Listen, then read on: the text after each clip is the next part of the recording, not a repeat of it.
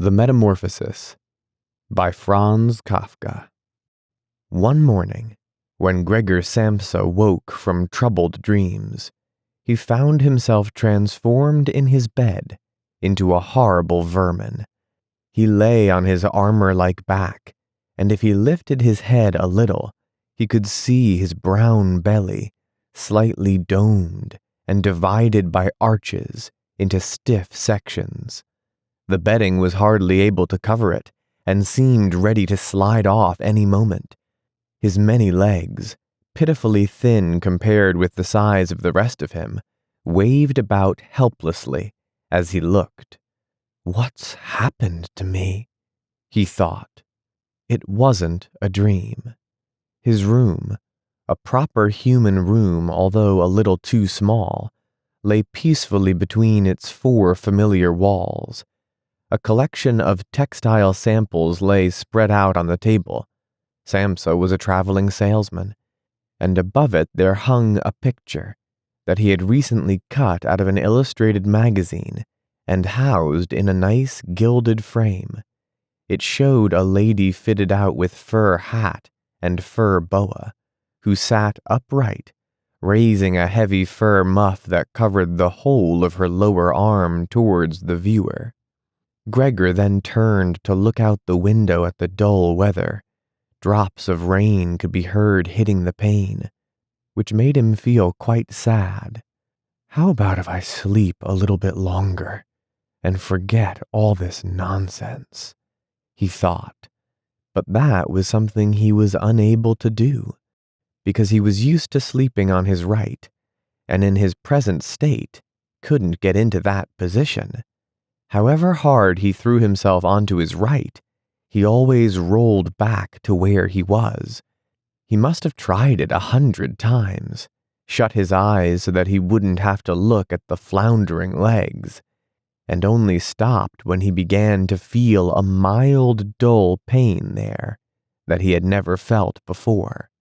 Oh, God, he thought, what a strenuous career it is that I've chosen. Traveling day in and day out. Doing business like this takes much more effort than doing your own business at home. And on top of that, there's the curse of traveling. Worries about making train connections, bad and irregular food, contact with different people all the time so that you can never get to know anyone or become friendly with them. It can all go to hell. He felt a slight itch up on his belly, pushed himself slowly up on his back towards the headboard so that he could lift his head better, found where the itch was, and saw that it was covered with lots of little white spots, which he didn't know what to make of. And when he tried to feel the place with one of his legs, he drew it quickly back, because as soon as he touched it, he was overcome by a cold shudder. He slid back into his former position. Getting up early all the time? He thought. It makes you stupid. You've got to get enough sleep. Other traveling salesmen live a life of luxury. For instance, whenever I go back to the guest house during the morning to copy out the contract, these gentlemen are always still sitting there eating their breakfasts. I ought to just try that with my boss. I'd get kicked out on the spot. But who knows? Maybe that would be the best thing for me. If I didn't have my parents to think about, I'd have given in my notice a long time ago. I'd have gone up to the boss and told him just what I think. Tell him everything I would. Let him know just what I feel. He'd fall right off his desk. And it's a funny sort of business to be sitting up there at your desk, talking down at your subordinates from up there, especially when you have to go right up close because the boss is hard of hearing. Well, there's still some hope. Once I've got the money together to pay off my parents' debt to him, another 5 or 6 years, I suppose, that's definitely what I'll do. That's when I'll make the big change. First of all, though, I've got to get up. My train leaves at 5. And he looked over at the alarm clock, ticking on the chest of drawers. God in heaven, he thought. It was 6:30, and the hands were quietly moving forwards. It was even later than 6:30, more like 6:45. Had the alarm clock not rung? He could see from the bed that it had been set for 4 o'clock, as it should have been. It certainly must have rung. Yes, but was it possible to quietly sleep through that furniture rattling noise? True, he had not slept peacefully, but probably all the more deeply because of that. What should he do now? The next train went at 7. If he were to catch that, he would have to rush like mad, and the collection of samples was still not packed, and he did not at all feel particularly fresh and lively. And even if he did catch the train, he would not avoid his boss's anger, as the office assistant would have been there to see the 5 o'clock train go. He would have put in his report about Gregor's not being there a long time ago. The office assistant was the boss's man, spineless, and with no understanding. What about if he reported sick? But that would be extremely strained and suspicious, as in 5 years of service, Gregor had never once yet been ill. His boss would certainly come round with the doctor from the medical insurance company, accuse his parents of having a lazy son, and accept the doctor's recommendation not to make any claim, as the doctor believed that no one was ever ill, but that many were work-shy. And what's more, would he have been entirely wrong in this case? Gregor did, in fact, apart from excessive sleepiness after sleeping for so long, feel completely well, and even felt much hungrier than usual. He was still hurriedly thinking all this through, unable to decide to get out of bed, when the clock struck 7:15. There was a cautious knock at the door near his head. "Gregor," somebody called. It was his mother. "It's 7:15. Didn't you want to go somewhere?" That gentle voice. Gregor was shocked when he heard his own voice answering. It could hardly be recognized as the voice he had had before. As if from deep inside him, there was a painful and uncontrollable squeaking mixed in with it. The words could be made out at first, but then there was a sort of echo, which made them unclear, leaving the hearer unsure whether he had heard properly or not. Gregor had wanted to give a full answer and explain everything, but in the circumstances contented himself with saying, "Yes, Mother. Yes, thank you. I'm getting up now." The change in Gregor's voice probably could not be noticed outside through the wooden door, as his mother was satisfied with this explanation and shuffled away. But this short conversation made the other members of the family aware that Gregor, against their expectations, was still at home, and soon his father came knocking at one of the side doors, gently, but with his fist. "Gregor! Gregor!" he called.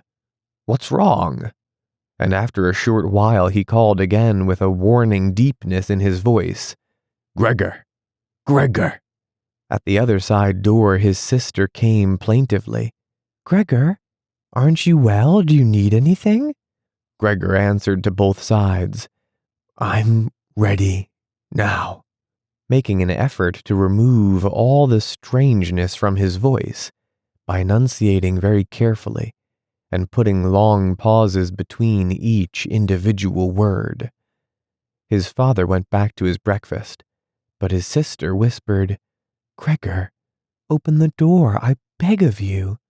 Gregor, however, had no thought of opening the door, and instead congratulated himself for his cautious habit, acquired from his traveling, of locking all doors at night, even when he was at home. The first thing he wanted to do was to get up in peace, without being disturbed, to get dressed, and most of all to have his breakfast. Only then would he consider what to do next. as he was well aware that he would not bring his thoughts to any sensible conclusions by lying in bed. He remembered that he had often felt a slight pain in bed, perhaps caused by lying awkwardly, but that had always turned out to be pure imagination, and he wondered how his imaginings would slowly resolve themselves today. He did not have the slightest doubt that the change in his voice was nothing more than the first sign of a serious cold, which was an occupational hazard for traveling salesmen. It was a simple matter to throw off the covers. He only had to blow himself up a little, and they fell off by themselves. But it became difficult after that, especially as he was so exceptionally broad. He would have used his arms and hands to push himself up, but instead of them, he only had all those little legs continuously moving in different directions, and which he was moreover unable to control. If he wanted to bend one of them, then that was the first one that would stretch itself out. And if he finally managed to do what he wanted with that leg, all the others seemed to be set free and would move about painfully. "This is something that can't be done in bed," Gregor said to himself, "so don't keep trying to do it." The first thing he wanted to do was get the lower part of his body out of the bed, but he had never seen this lower part and could not imagine what it looked like. It turned out to be too hard to move. It went so slowly. And finally, almost in a frenzy, when he carelessly shoved himself forwards with all the force he could gather, he chose the wrong direction, hit hard against the lower bedpost, and learned from the burning pain he felt that the lower part of his body might well, at present, be the most sensitive. So then he tried to get the top part of his body out of the bed first, carefully turning his head to the side. This he managed quite easily, and despite its breadth and its weight, the bulk of his body eventually followed slowly in the direction of the head. But when he had at last got his head out of the bed and into the fresh air, it occurred to him that if he let himself fall, it would be a miracle if his head were not injured. So he became afraid to carry on pushing himself forward the same way, and he could not knock himself out now at any price. Better to stay in bed than lose consciousness.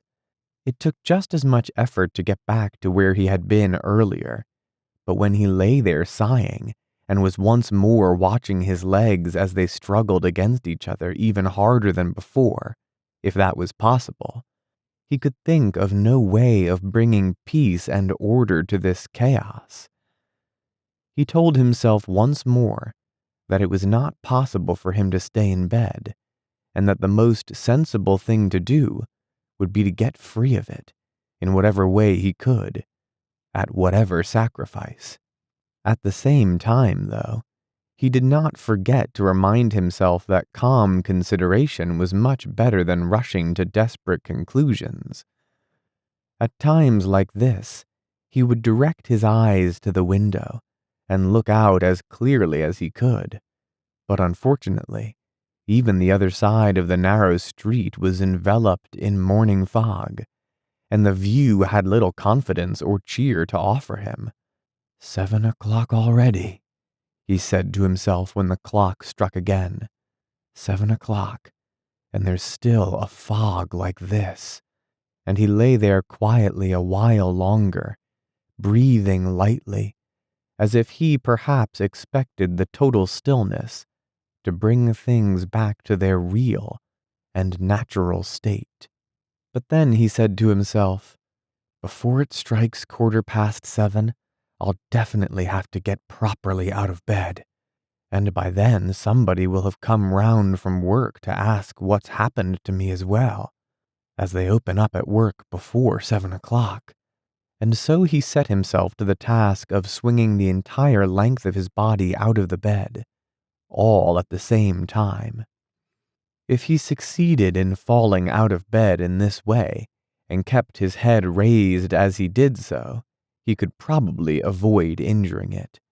His back seemed to be quite hard, and probably nothing would happen to it falling onto the carpet. His main concern was for the loud noise he was bound to make, and which even through all the doors would probably raise concern, if not alarm. But it was something that had to be risked. When Gregor was already sticking halfway out of the bed, the new method was more of a game than an effort. All he had to do was rock back and forth. It occurred to him how simple everything would be if somebody came to help him. 2 strong people.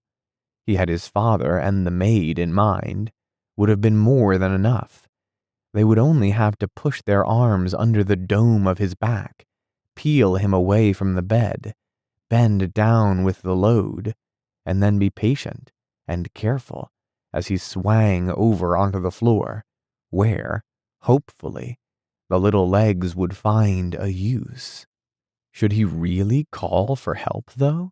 Even apart from the fact that all the doors were locked? Despite all the difficulty he was in, he could not suppress a smile at this thought.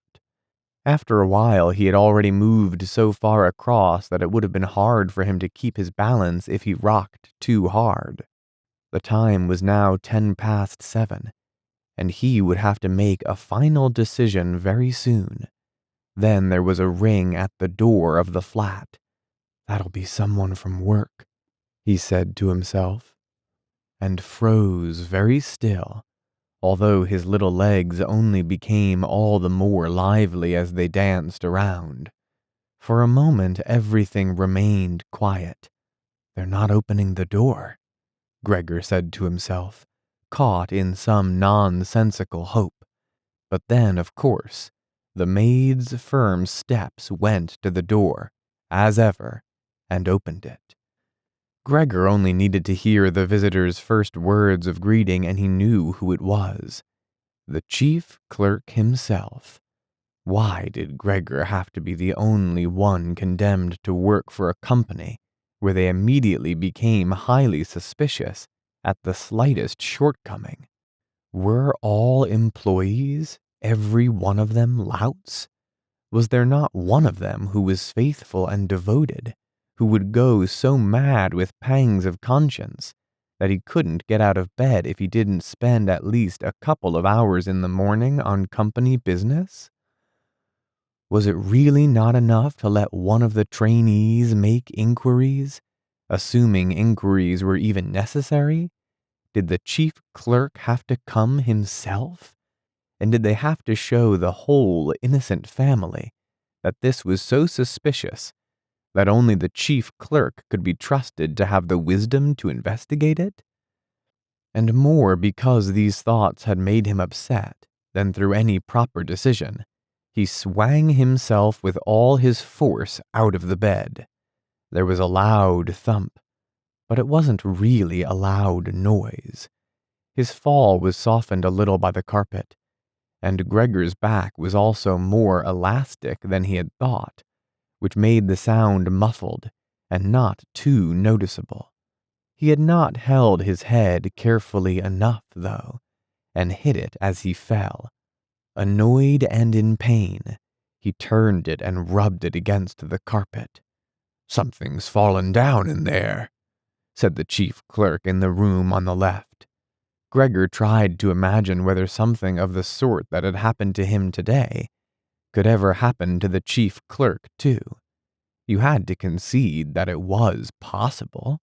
But as if in gruff reply to this question, the chief clerk's firm footsteps in his highly polished boots could now be heard in the adjoining room. From the room on his right, Gregor's sister whispered to him to let him know. "Gregor, the chief clerk is here." "Yes, I know," said Gregor to himself, but without daring to raise his voice loud enough for his sister to hear him. "Gregor," said his father now from the room to his left, "the chief clerk has come round and wants to know why you didn't leave on the early train." We don't know what to say to him. And anyway, he wants to speak to you personally. So please open up this door. I'm sure he'll be good enough to forgive the untidiness of your room." Then the chief clerk called, "Good morning, Mr. Samsa." "He isn't well," said his mother to the chief clerk, while his father continued to speak through the door. "He isn't well. Please believe me. Why else would Gregor have missed a train? The lad only ever thinks about the business. It nearly makes me cross the way he never goes out in the evenings. He's been in town for a week now, but stayed home every evening. He sits with us in the kitchen and just reads the paper or studies train timetables. His idea of relaxation is working with his fret saw. He's made a little frame, for instance. It only took him 2 or 3 evenings. You'll be amazed how nice it is. It's hanging up in his room. You'll see it as soon as Gregor opens the door. Anyway, I'm glad you're here. We wouldn't have been able to get Gregor to open the door by ourselves. He's so stubborn, and I'm sure he isn't well. He said this morning that he is, but he isn't." "I'll be there in a moment," said Gregor slowly and thoughtfully, but without moving, so that he would not miss any word of the conversation. "Well, I can't think of any other way of explaining it, Mr. Samsa," said the chief clerk. "I hope it's nothing serious. But on the other hand, I must say that if we people in commerce ever become slightly unwell, then, fortunately or unfortunately as you like, we simply have to overcome it because of business considerations." "Can the chief clerk come in to see you now then?" asked his father impatiently, knocking at the door again. "No," said Gregor. In the room on his right, there followed a painful silence. In the room on his left, his sister began to cry. So why did his sister not go and join the others? She had probably only just got up, and had not even begun to get dressed. And why was she crying? Was it because he had not got up, and had not let the chief clerk in? Because he was in danger of losing his job? And if that happened, his boss would once more pursue their parents with the same demands as before? There was no need to worry about things like that. Gregor was still there, and had not the slightest intention of abandoning his family. For the time being, he just lay there on the carpet, and no one who knew the condition he was in would seriously have expected him to let the chief clerk in. It was only a minor discourtesy, and a suitable excuse could easily be found for it later on. It was not something for which Gregor could be sacked on the spot, and it seemed to Gregor much more sensible to leave him now in peace, instead of disturbing him with talking at him and crying. But the others didn't know what was happening. They were worried. That would excuse their behavior. The chief clerk now raised his voice. "Mr. Samsa," he called to him. "What is wrong? You barricade yourself in your room, give us no more than yes or no for an answer.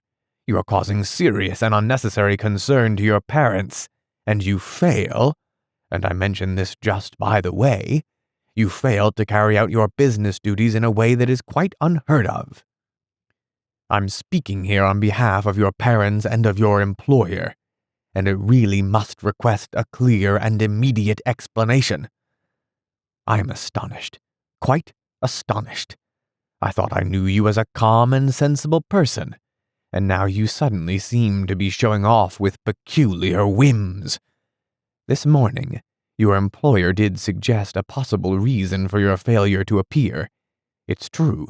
It had to do with the money that was recently entrusted to you, but I came near to giving him my word of honor that that could not be the right explanation.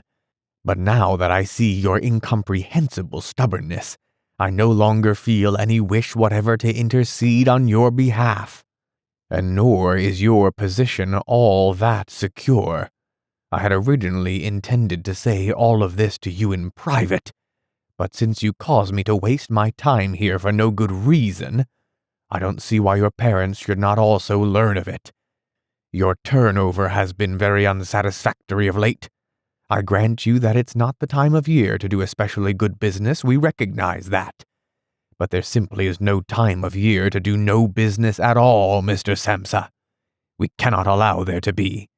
But sir, called Gregor, beside himself, and forgetting all else in the excitement. I'll open up immediately, just a moment. I'm slightly unwell, an attack of dizziness. I haven't been able to get up. I'm still in bed now. I'm quite fresh again now, though.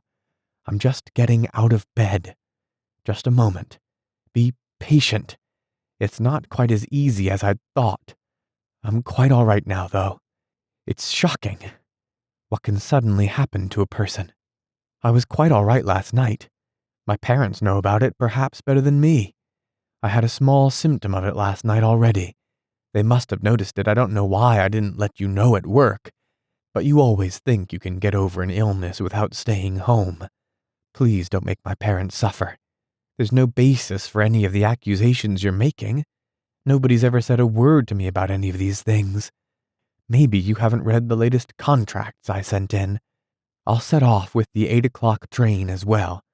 These few hours of rest have given me strength. You don't need to wait, sir. I'll be in the office soon after you.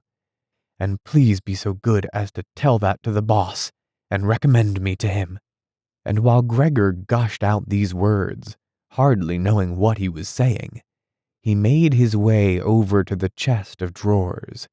This was easily done, probably because of the practice he had already had in bed, where he now tried to get himself upright.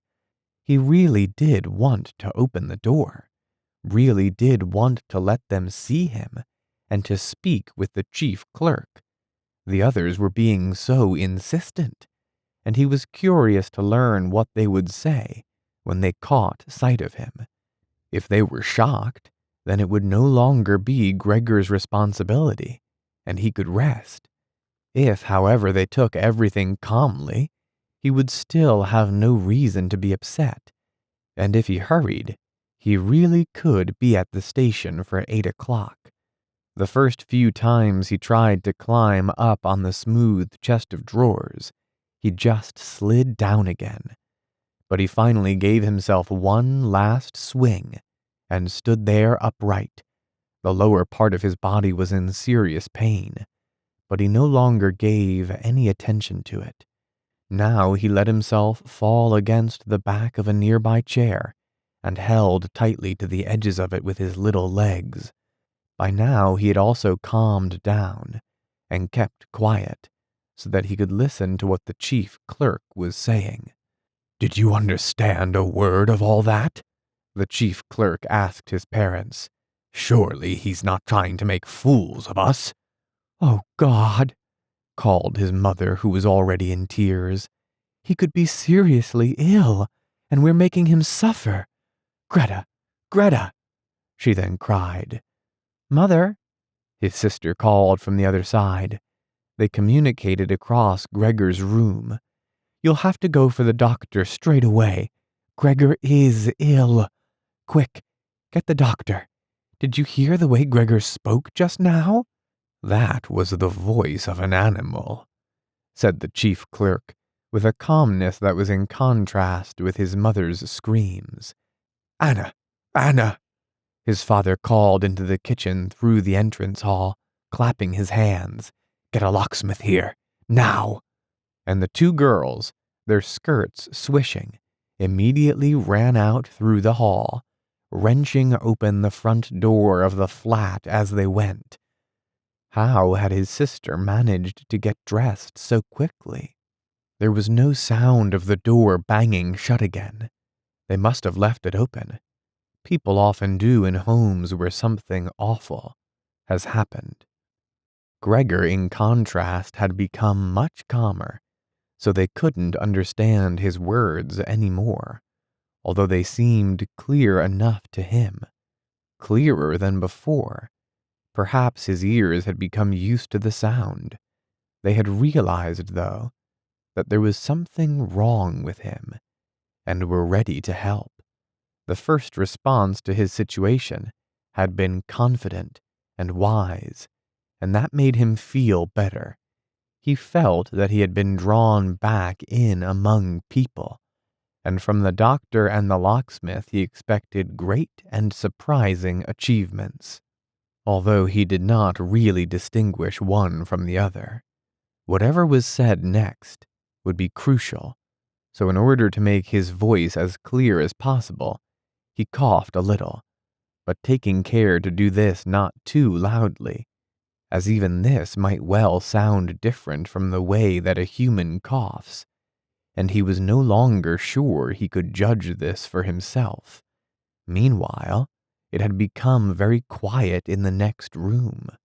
Perhaps his parents were sat at the table whispering with the chief clerk, or perhaps they were all pressed against the door and listening.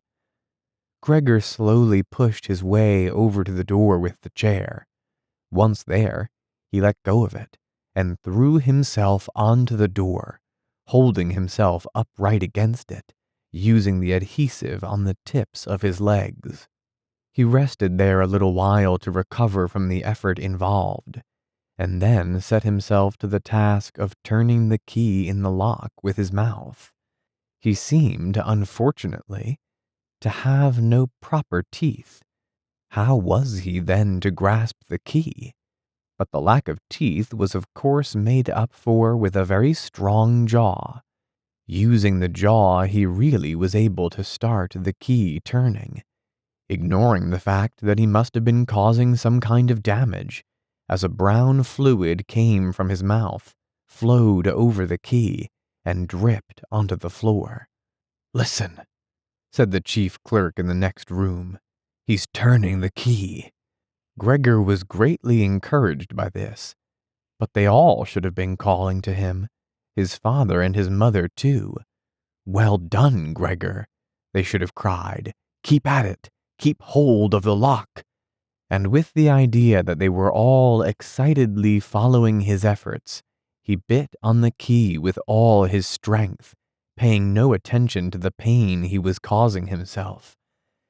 As the key turned round, he turned around the lock with it, only holding himself upright with his mouth, and hung onto the key, or pushed it down again with the whole weight of his body as needed. The clear sound of the lock as it snapped back was Gregor's sign that he could break his concentration, and as he regained his breath, he said to himself, "So I didn't need the locksmith after all." Then he lay his head on the handle of the door to open it completely. Because he had opened the door in this way, it was already wide open before he could be seen. He had first to slowly turn himself around one of the double doors, and he had to do it very carefully if he did not want to fall flat on his back before entering the room. He was still occupied with this difficult movement, unable to pay attention to anything else, when he heard the chief clerk exclaim aloud, "Oh," which sounded like the soughing of the wind. Now he also saw him. He was the nearest to the door, his hand pressed against his open mouth, and slowly retreating, as if driven by a steady and invisible force. Gregor's mother, her hair still disheveled from bed, despite the chief clerk's being there, looked at his father. Then she unfolded her arms, took 2 steps forward towards Gregor, and sank down onto the floor into her skirts that spread themselves out around her as her head disappeared down onto her breast. His father looked hostile and clenched his fists as if wanting to knock Gregor back into his room. Then he looked uncertainly round the living room, covered his eyes with his hands, and wept so that his powerful chest shook. So Gregor did not go into the room, but leant against the inside of the other door, which was still held bolted in place. In this way, only half of his body could be seen, along with his head above it, which he leant over to one side as he peered out at the others. Meanwhile, the day had become much lighter.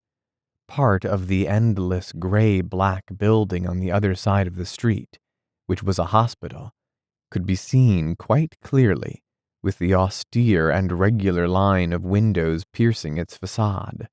The rain was still falling, now throwing down large individual droplets, which hit the ground one at a time. The washing up from breakfast lay on the table. There was so much of it because, for Gregor's father, breakfast was the most important meal of the day, and he would stretch it out for several hours as he sat reading a number of different newspapers. On the wall exactly opposite, there was a photograph of Gregor when he was a lieutenant in the army, his sword in his hand, and a carefree smile on his face as he called forth respect for his uniform and bearing. The door to the entrance hall was open, and as the front door of the flat was also open, he could see onto the landing and the stairs where they began their way down below. "Now then," said Gregor, well aware that he was the only one to have kept calm. "I'll get dressed straight away now, pack up my samples, and set off. Will you please just let me leave? You can see," he said to the chief clerk, "that I'm not stubborn, and I like to do my job. Being a commercial traveler is arduous, but without traveling I couldn't earn my living. So where are you going? Into the office? Yes? Will you report everything accurately then? It's quite possible for someone to be temporarily unable to work, but that's just the right time to remember what's been achieved in the past, and consider that later on, once the difficulty has been removed, he will certainly work with all the more diligence and concentration. You're well aware that I'm seriously in debt to our employer, as well as having to look after my parents and my sister, so that I'm trapped in a difficult situation, but I will work my way out of it again. Please don't make things any harder for me than they are already, and don't take sides against me at the office. I know that nobody likes the travelers. They think we earn an enormous wage as well as having a soft time of it. That's just prejudice, but they have no particular reason to think better of it. But you, sir, you have a better overview than the rest of the staff. In fact, if I can say this in confidence, a better overview than the boss himself. It's very easy for a businessman like him to make mistakes about his employees and judge them more harshly than he should. And you're also well aware that we travelers spend almost the whole year away from the office, so that we can very easily fall victim to gossip and chance and groundless complaints, and it's almost impossible to defend yourself from that sort of thing. We don't usually even hear about them, or if at all, it's when we arrive back home exhausted from a trip, and that's when we feel the harmful effects of what's been going on, without even knowing what caused them. Please don't go away. At least first say something to show that you grant that I'm at least partly right." But the chief clerk had turned away as soon as Gregor had started to speak, and with protruding lips, only stared back at him over his trembling shoulders as he left. He did not keep still for a moment while Gregor was speaking, but moved steadily towards the door without taking his eyes off him. He moved very gradually, as if there had been some secret prohibition on leaving the room. It was only when he had reached the entrance hall that he made a sudden movement, drew his foot from the living room, and rushed forward in a panic. In the hall, he stretched his right hand far out towards the stairway, as if out there were some supernatural force waiting to save him. Gregor realized that it was out of the question to let the chief clerk go away in this mood, if his position in the firm was not to be put into extreme danger. That was something his parents did not understand very well. Over the years, they had become convinced that this job would provide for Gregor for his entire life. And besides, they had so much to worry about at present that they had lost sight of any thought for the future. Gregor, though, did think about the future. The chief clerk had to be held back, calmed down, convinced, and finally won over. The future of Gregor and his family depended on it. If only his sister were here. She was clever. She was already in tears while Gregor was still lying peacefully on his back. And the chief clerk was a lover of women. Surely she could persuade him. She would close the front door in the entrance hall and talk him out of his shocked state. But his sister was not there. Gregor would have to do the job himself. And without considering that he still was not familiar with how well he could move about in his present state, or that his speech still might not, or probably would not, be understood, he let go of the door, pushed himself through the opening, tried to reach the chief clerk on the landing, who ridiculously was holding on to the banister with both hands. But Gregor fell immediately over, and with a little scream, as he sought something to hold on to, landed on his numerous little legs. Hardly had that happened than for the first time that day, he began to feel all right with his body. The little legs had the solid ground under them. To his pleasure, they did exactly as he told them. They were even making the effort to carry him where he wanted to go. And he was soon believing that all his sorrows would soon be finally at an end. He held back the urge to move, but swayed from side to side as he crouched there on the floor. His mother was not far away in front of him, and seemed at first quite engrossed in herself.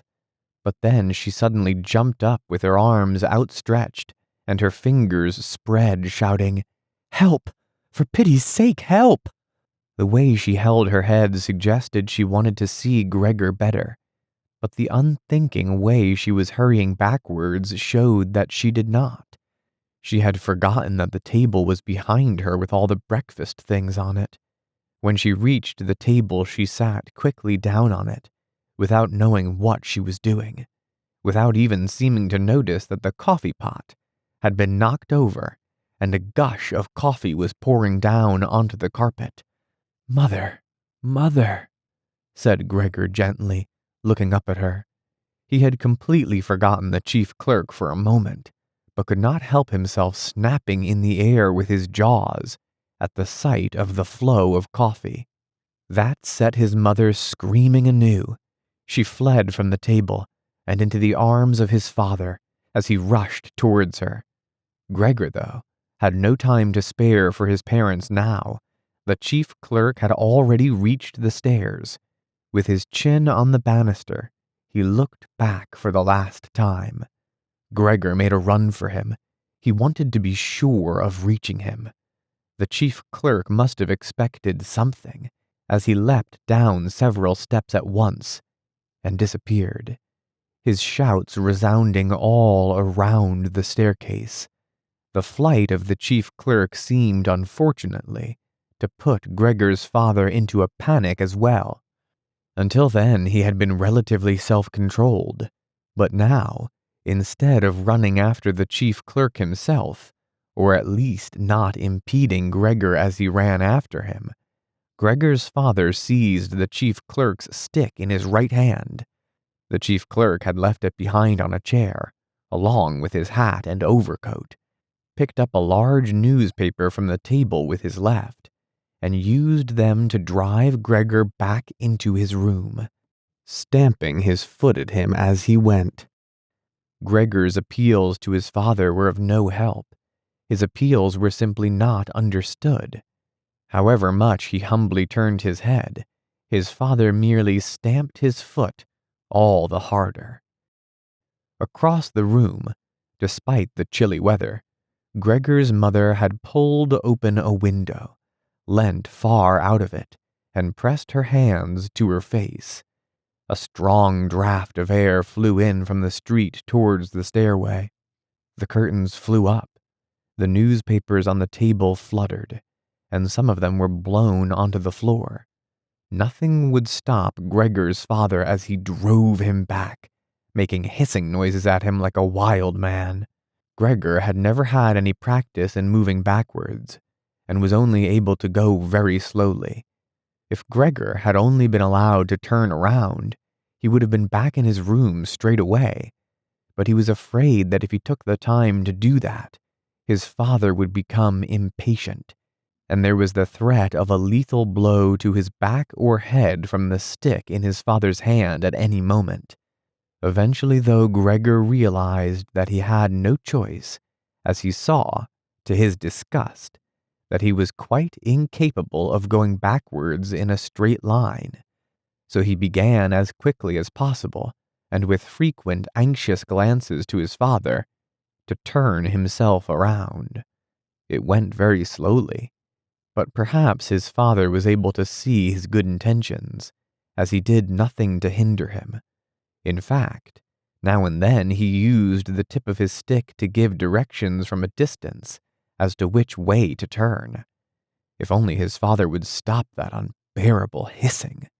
It was making Gregor quite confused. When he had nearly finished turning round, still listening to that hissing, he made a mistake and turned himself back a little the way he had just come. He was pleased when he finally had his head in front of the doorway, but then saw that it was too narrow, and his body was too broad to get through it without further difficulty. In his present mood, it obviously did not occur to his father to open the other of the double doors, so that Gregor would have enough space to get through. He was merely fixed on the idea that Gregor should be got back into his room as quickly as possible, nor would he ever have allowed Gregor the time to get himself upright as preparation for getting through the doorway. What he did, making more noise than ever, was to drive Gregor forwards all the harder, as if there had been nothing in the way. It sounded to Gregor as if there was now more than one father behind him. It was not a pleasant experience, and Gregor pushed himself into the doorway without regard for what might happen. One side of his body lifted itself. He lay at an angle in the doorway, one flank scraped on the white door, and was painfully injured, leaving vile brown flecks on it. Soon, he was stuck fast, and would not have been able to move at all by himself. The little legs along one side hung quivering in the air, while those on the other side were pressed painfully against the ground. Then, his father gave him a hefty shove from behind, which released him from where he was held, and sent him flying, and heavily bleeding, deep into his room. The door was slammed shut with the stick. Then, finally, all was quiet. Section 2. It was not until it was getting dark that evening that Gregor awoke from his deep and coma-like sleep. He would have woken soon afterwards anyway, even if he hadn't been disturbed, as he had had enough sleep and felt fully rested. But he had the impression that some hurried steps, and the sound of the door leading into the front room being carefully shut, had woken him.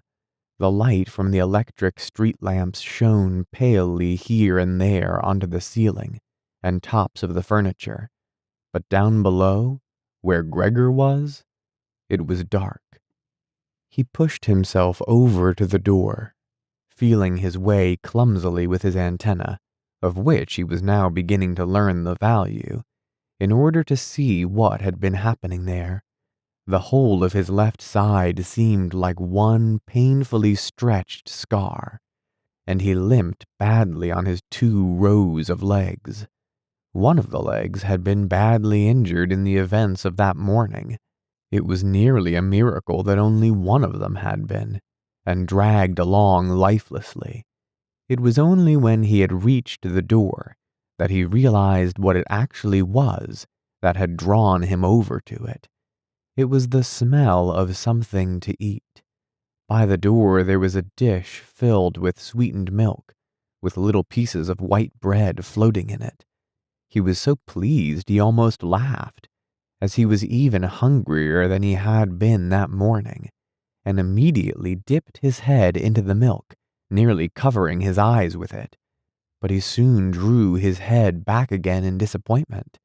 Not only did the pain in his tender left side make it difficult to eat the food, he was only able to eat if his whole body worked together as a snuffling whole. But the milk did not taste at all nice. Milk like this was normally his favorite drink, and his sister had certainly left it there for him because of that. But he turned almost against his own will, away from the dish, and crawled back into the center of the room. Through the crack in the door, Gregor could see that the gas had been lit in the living room.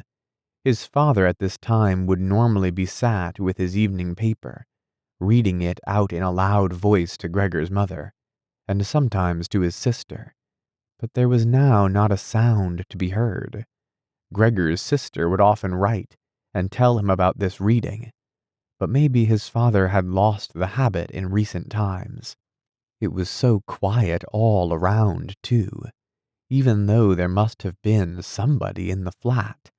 "What a quiet life it is the family lead," said Gregor to himself, and gazing into the darkness, felt a great pride that he was able to provide a life like that in such a nice home for his sister and parents. But what now, if all this peace and wealth and comfort should come to a horrible and frightening end? That was something that Gregor did not want to think about too much, so he started to move about, crawling up and down the room. Once, during that long evening, the door on one side of the room was opened very slightly and hurriedly closed again. Later on, the door on the other side did the same. It seemed that someone needed to enter the room, but thought better of it. Gregor went and waited immediately by the door, resolved either to bring the timorous visitor into the room in some way, or at least to find out who it was. But the door was opened no more that night, and Gregor waited in vain. The previous morning, while the doors were locked, everyone had wanted to get in there to him. But now that he had opened up one of the doors, and the other had clearly been unlocked some time during the day, no one came, and the keys were in the other sides. It was not until late at night that the gaslight in the living room was put out, and now it was easy to see that his parents and sister had stayed awake all that time, as they all could be distinctly heard as they went away together on tiptoe. It was clear that no one would come into Gregor's room any more until morning. That gave him plenty of time to think undisturbed about how he would have to rearrange his life. For some reason, the tall, empty room where he was forced to remain made him feel uneasy as he lay there flat on the floor, even though he had been living in it for 5 years. Hardly aware of what he was doing other than a slight feeling of shame, he hurried under the couch. It pressed down on his back a little, and he was no longer able to lift his head, but he nonetheless felt immediately at ease, and his only regret was that his body was too broad to get it all underneath. He spent the whole night there. Some of the time he passed in a light sleep, although he frequently woke from it in alarm because of his hunger, and some of the time was spent in worries and vague hopes, which, however, always led to the same conclusion. For the time being, he must remain calm. He must show patience and the greatest consideration so that his family could bear the unpleasantness that he, in his present condition, was forced to impose on them. Gregor soon had the opportunity to test the strength of his decisions, as early the next morning, almost before the night had ended, his sister, nearly fully dressed, opened the door from the front room and looked anxiously in. She did not see him straight away, but when she did notice him under the couch, he had to be somewhere for God's sake. He couldn't have flown away. She was so shocked that she lost control of herself and slammed the door shut again from outside. But she seemed to regret her behavior as she opened the door again straight away and came in on tiptoe, as if entering the room of someone seriously ill, or even a stranger. Gregor had pushed his head forward, right to the edge of the couch, and watched her.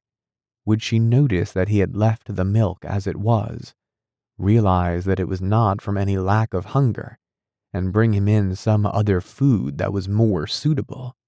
If she didn't do it herself, he would rather go hungry than draw her attention to it, although he did feel a terrible urge to rush forward from under the couch, throw himself at his sister's feet, and beg her for something good to eat. However, his sister noticed the full dish immediately, and looked at it and the few drops of milk splashed around in it, with some surprise. She immediately picked it up, using a rag, not her bare hands, and carried it out. Gregor was extremely curious as to what she would bring in its place, imagining the wildest possibilities, but he never could have guessed what his sister, in her goodness, actually did bring. In order to test his taste, she brought him a whole selection of things, all spread out on an old newspaper. There were old, half-rotten vegetables, bones from the evening meal, covered in white sauce that had gone hard, a few raisins and almonds, some cheese that Gregor had declared inedible 2 days before, a dry roll, and some bread, spread with butter and salt. As well as all that, she had poured some water into the dish, which had probably been permanently set aside for Gregor's use, and placed it beside them. Then, out of a consideration for Gregor's feelings, as she knew that he would not eat in front of her, she hurried out again, and even turned the key in the lock, so that Gregor would know he could make things as comfortable for himself as he liked. Gregor's little legs whirred. At last he could eat. What's more, his injuries must already have completely healed, as he found no difficulty in moving. This amazed him, as more than a month earlier he had cut his finger slightly with a knife. He thought of how his finger had still hurt the day before yesterday. Am I less sensitive than I used to be then? He thought, and was already sucking greedily at the cheese which had immediately, almost compellingly, attracted him much more than the other foods on the newspaper. Quickly, one after another, his eyes watering with pleasure, he consumed the cheese, the vegetables, and the sauce. The fresh foods, on the other hand, he didn't like at all, and even dragged the things he did want to eat a little way away from them, because he couldn't stand the smell. Long after he had finished eating, and lay lethargic in the same place, his sister slowly turned the key in the lock as a sign to him that he should withdraw. He was immediately startled, although he had been half asleep, and he hurried back under the couch. But he needed great self-control to stay there, even for the short time that his sister was in the room, as eating so much food had rounded out his body a little, and he could hardly breathe in that narrow space. Half suffocating, he watched with bulging eyes as his sister unself-consciously took a broom and swept up the leftovers, mixing them in with the food he had not even touched at all, as if it could not be used any more. Quickly she dropped it all into a bin, closed it with its wooden lid, and carried everything out. She had hardly turned her back before Gregor came again from under the couch and stretched himself. This was how Gregor received his food each day now. Once in the morning while his parents and the maid were still asleep, and the second time after everyone had eaten their meal at midday, as his parents would sleep for a while then as well, and Gregor's sister would send the maid away on some errand. Gregor's father and mother certainly did not want him to starve either, but perhaps it would have been more than they could stand to have any more experience of his feeding than being told about it, and perhaps his sister wanted to spare them what distress she could, as they were indeed suffering enough. It was impossible for Gregor to find out what they had told the doctor and the locksmith that first morning to get them out of the flat. As nobody could understand him, nobody, not even his sister, thought that he could understand them. So he had to be content to hear his sister's sighs and appeals to the saints as she moved about his room. It was only later, when she had become a little more used to everything. There was, of course, no question of her ever becoming fully used to the situation, that Gregor would sometimes catch a friendly comment, or at least a comment that could be construed as friendly. "He's enjoyed his dinner today," she might say when he had diligently cleared away all the food left for him, or if he left most of it, which slowly became more and more frequent, she would often say sadly, "Now everything's just been left there again." Although Gregor wasn't able to hear any news directly, he did listen to much of what was said in the next rooms, and whenever he heard anyone speaking, he would scurry straight to the appropriate door and press his whole body against it. There was seldom any conversation, especially at first, that was not about him in some way, even if only in secret. For 2 whole days, all the talk at every mealtime was about what they should do now. But even between meals, they spoke about the same subject, as there were always at least 2 members of the family at home. Nobody wanted to be at home by themselves, and it was out of the question to leave the flat entirely empty. And on the very first day, the maid had fallen to her knees and begged Gregor's mother to let her go without delay. It was not very clear how much she knew of what had happened, but she left within a quarter of an hour, tearfully thanking Gregor's mother for her dismissal, as if she had done her an enormous service. She even swore emphatically not to tell anyone the slightest about what had happened, even though no one had asked that of her. Now Gregor's sister also had to help his mother with the cooking, although that was not so much bother, as no one ate very much. Gregor often heard how one of them would unsuccessfully urge another to eat, and receive no more answer than, "No thanks, I've had enough," or something similar. No one drank very much either. His sister would sometimes ask his father whether he would like a beer, hoping for the chance to go and fetch it herself. When his father then said nothing, she would add, so that he would not feel selfish, that she could send the housekeeper for it. But then his father would close the matter with a big, loud "No," and no more would be said. Even before the first day had come to an end, his father had explained to Gregor's mother and sister what their finances and prospects were. Now and then he stood up from the table and took some receipt or document from the little cash box he had saved from his business when it had collapsed 5 years earlier. Gregor heard how he opened the complicated lock and then closed it again after he had taken the item he wanted. What he heard his father say was some of the first good news that Gregor heard since he had first been incarcerated in his room. He had thought that nothing at all remained from his father's business. At least he had never told him anything different, and Gregor had never asked him about it anyway. Their business misfortune had reduced the family to a state of total disrepair, and Gregor's only concern at that time had been to arrange things so that they could all forget about it as quickly as possible. So then he started working especially hard, with a fiery vigor that raised him from a junior salesman to a traveling representative almost overnight, bringing with it the chance to earn money in quite different ways.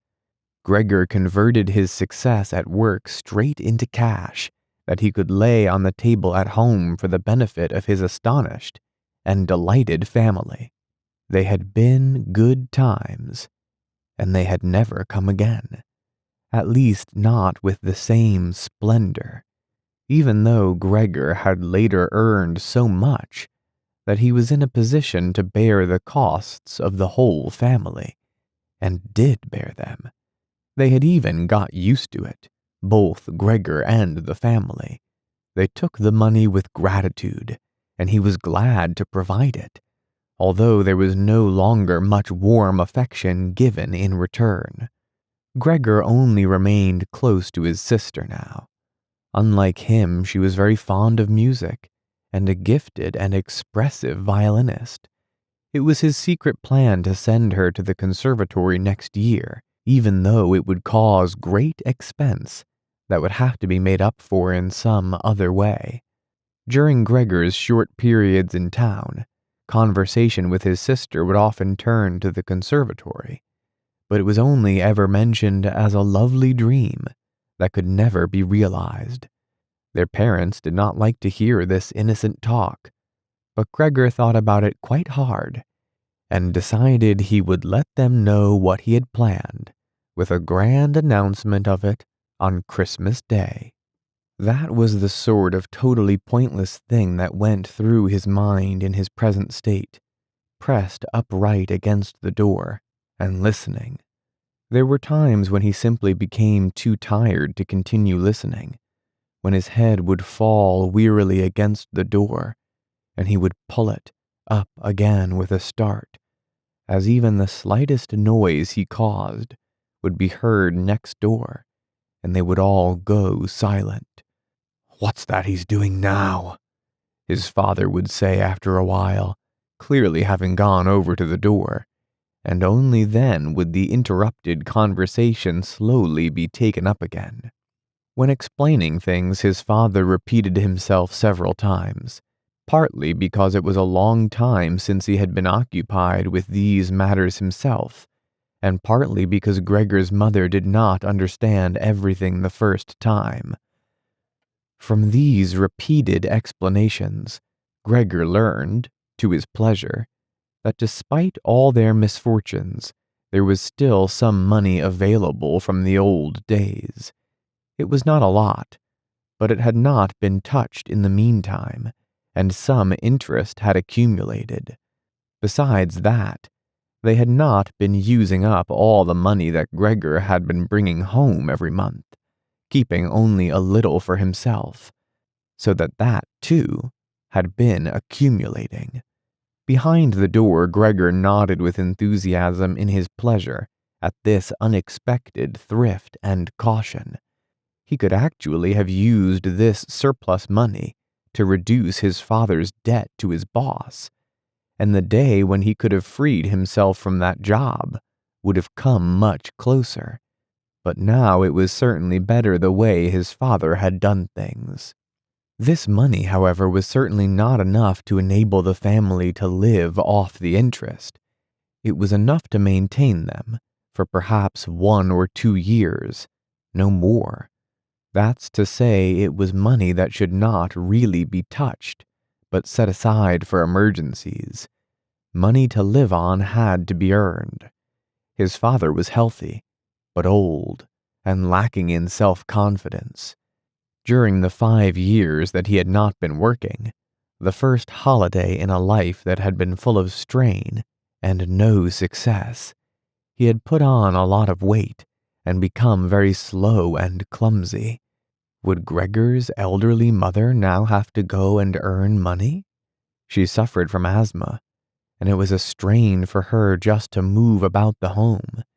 Every other day would be spent struggling for breath on the sofa by the open window. Would his sister have to go and earn money? She was still a child of 17.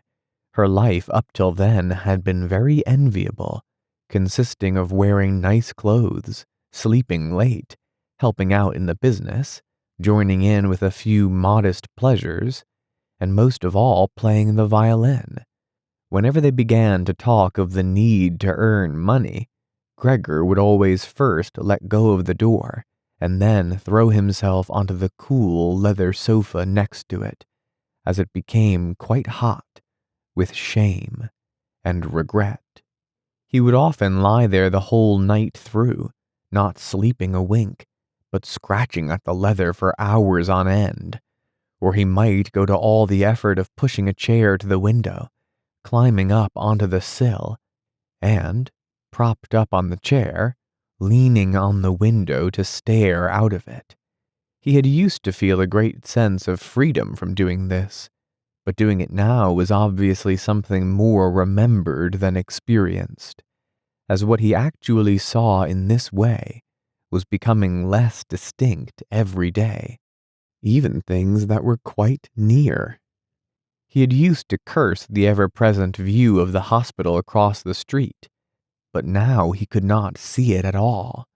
And if he had not known that he had lived in Charlottenstrasse, which was a quiet street despite being in the middle of the city, he could have thought that he was looking out the window at a barren waste where the gray sky and the gray earth mingled inseparably. His observant sister only needed to notice the chair twice before she would always push it back to its exact position by the window, after she had tidied the room, and even left the inner pane of the window open from then on.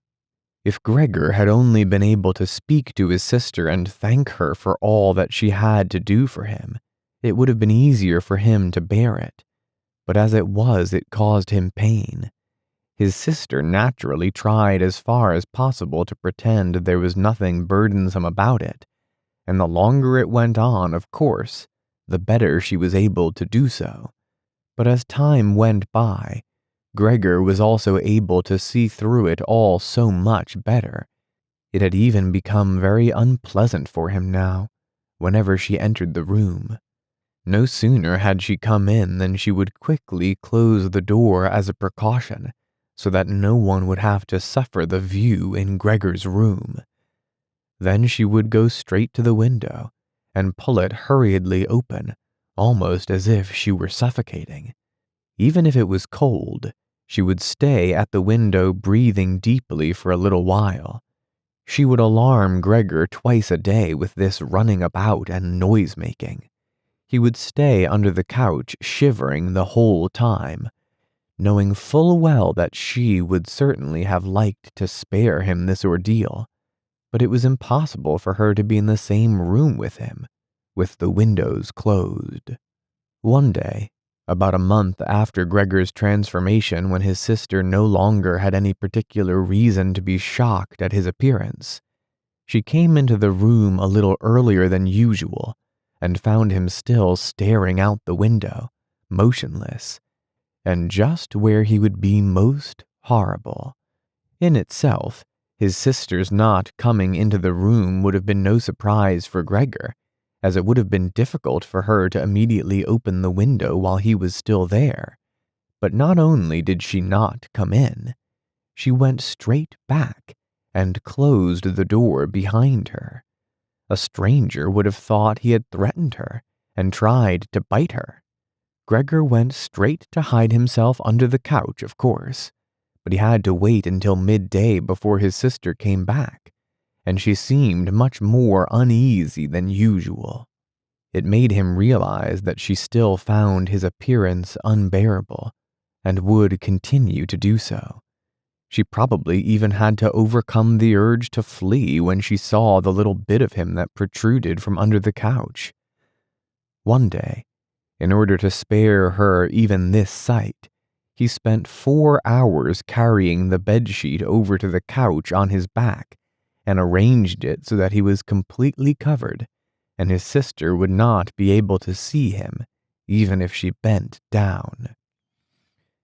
If she did not think this sheet was necessary, then all she had to do was take it off again, as it was clear enough that it was no pleasure for Gregor to cut himself off so completely.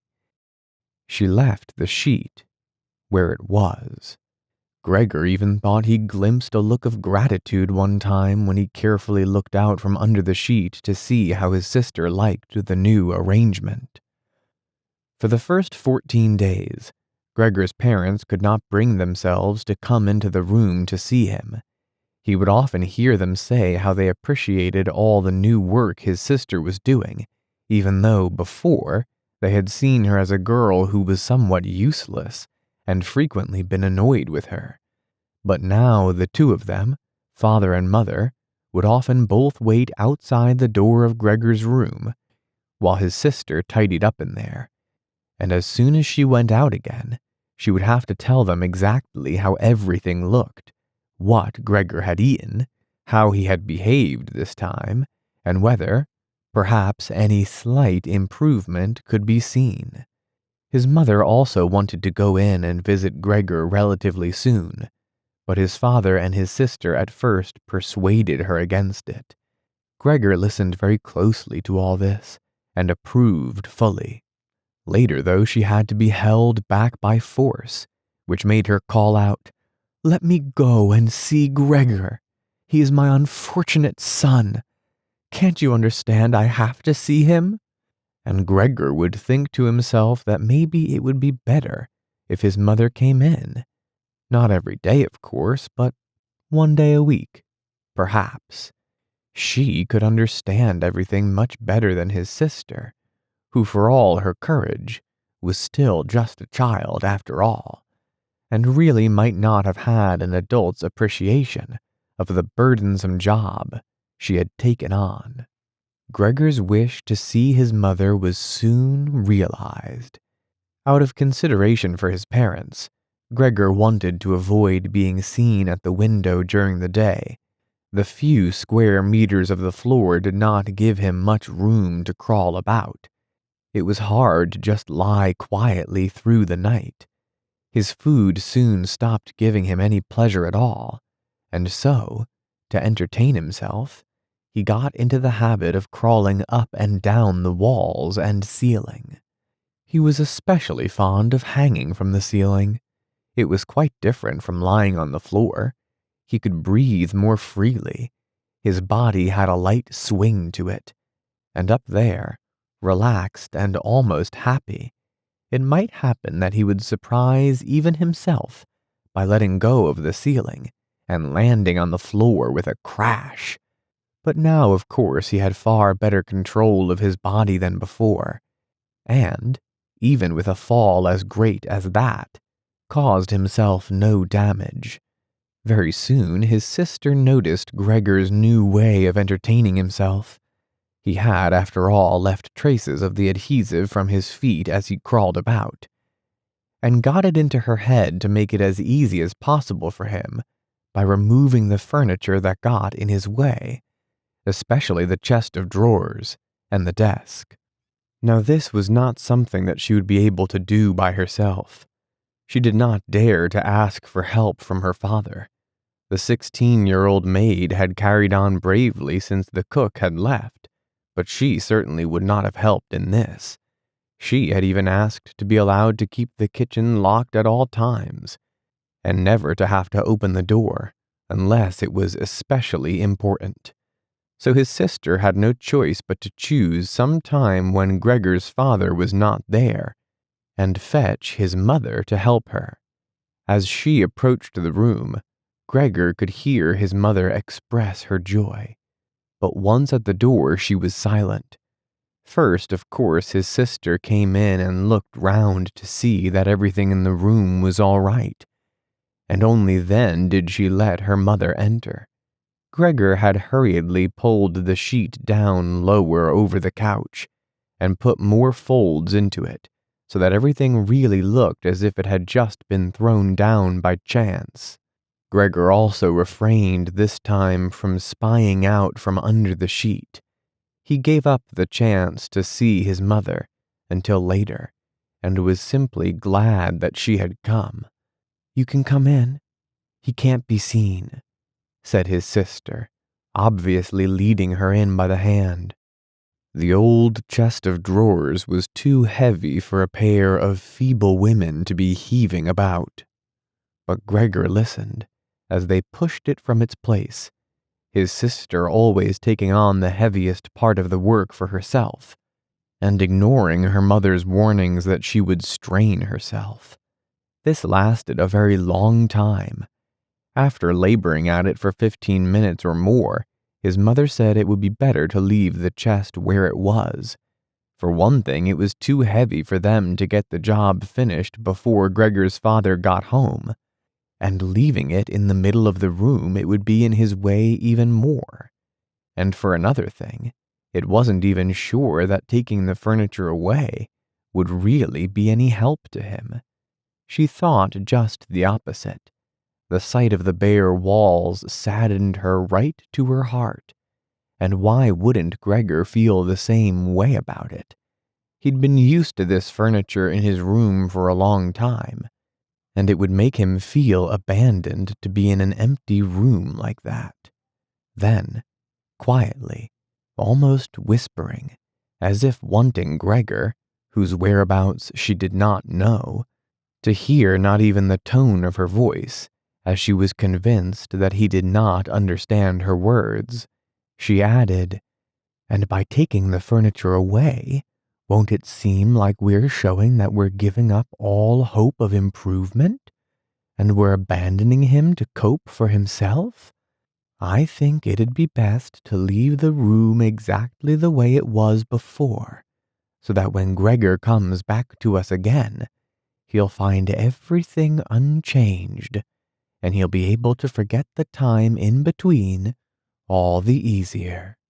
Hearing these words from his mother made Gregor realize that the lack of any direct human communication, along with the monotonous life led by the family during these 2 months, must have made him confused. He could think of no other way of explaining to himself why he had seriously wanted his room emptied out. Had he really wanted to transform his room into a cave? A warm room fitted out with the nice furniture he had inherited, that would have let him crawl around unimpeded in any direction? But it would also have let him quickly forget his past, when he had still been human. He had come very close to forgetting, and it had only been the voice of his mother, unheard for so long, that had shaken him out of it. Nothing should be removed. Everything had to stay. He could not do without the good influence the furniture had on his condition. And if the furniture made it difficult for him to crawl about mindlessly, that was not a loss, but a great advantage. His sister, unfortunately, did not agree. She had become used to the idea, not without reason, that she was Gregor's spokesman to his parents about the things that concerned him. This meant that his mother's advice now was sufficient reason for her to insist on removing not only the chest of drawers and the desk, as she had thought at first, but all the furniture apart from the all-important couch. It was more than childish perversity, of course, or the unexpected confidence she had recently acquired that made her insist. She had indeed noticed that Gregor needed a lot of room to crawl about in. whereas the furniture, as far as anyone could see, was of no use to him at all. Girls of that age, though, do become enthusiastic about things, and feel they must get their way whenever they can. Perhaps this was what tempted Greta to make Gregor's situation seem even more shocking than it was, so that she could do even more for him. Greta would probably be the only one who would dare enter a room dominated by Gregor, crawling about the bare walls by himself. So she refused to let her mother dissuade her. Gregor's mother already looked uneasy in his room. She soon stopped speaking and helped Gregor's sister to get the chest of drawers out with what strength she had. The chest of drawers was something that Gregor could do without, if he had to, but the writing desk had to stay. Hardly had the two women pushed the chest of drawers, groaning, out of the room, than Gregor poked his head out from under the couch to see what he could do about it.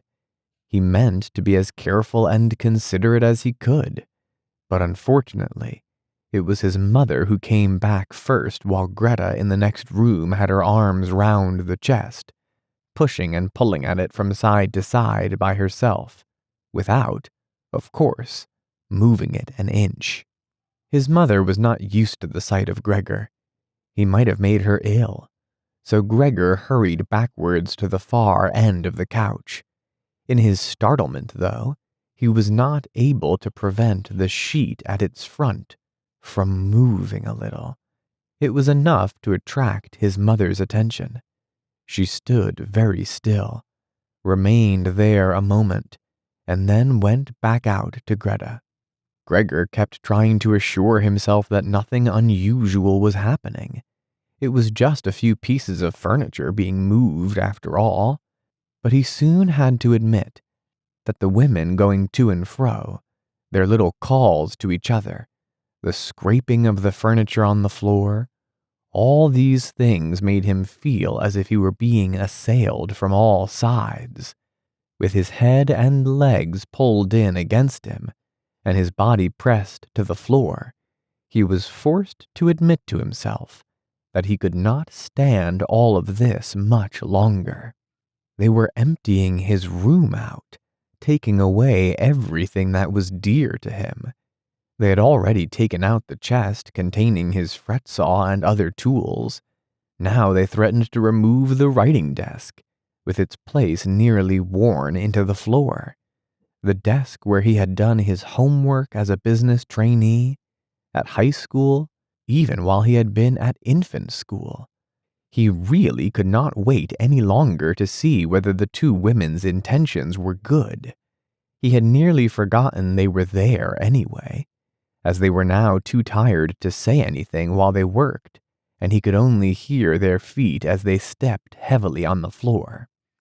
So while the women were leant against the desk in the other room catching their breath, he sallied out, changed direction 4 times, not knowing what he should save first, before his attention was suddenly caught by the picture on the wall, which was already denuded of everything else that had been on it, of the lady dressed in copious fur.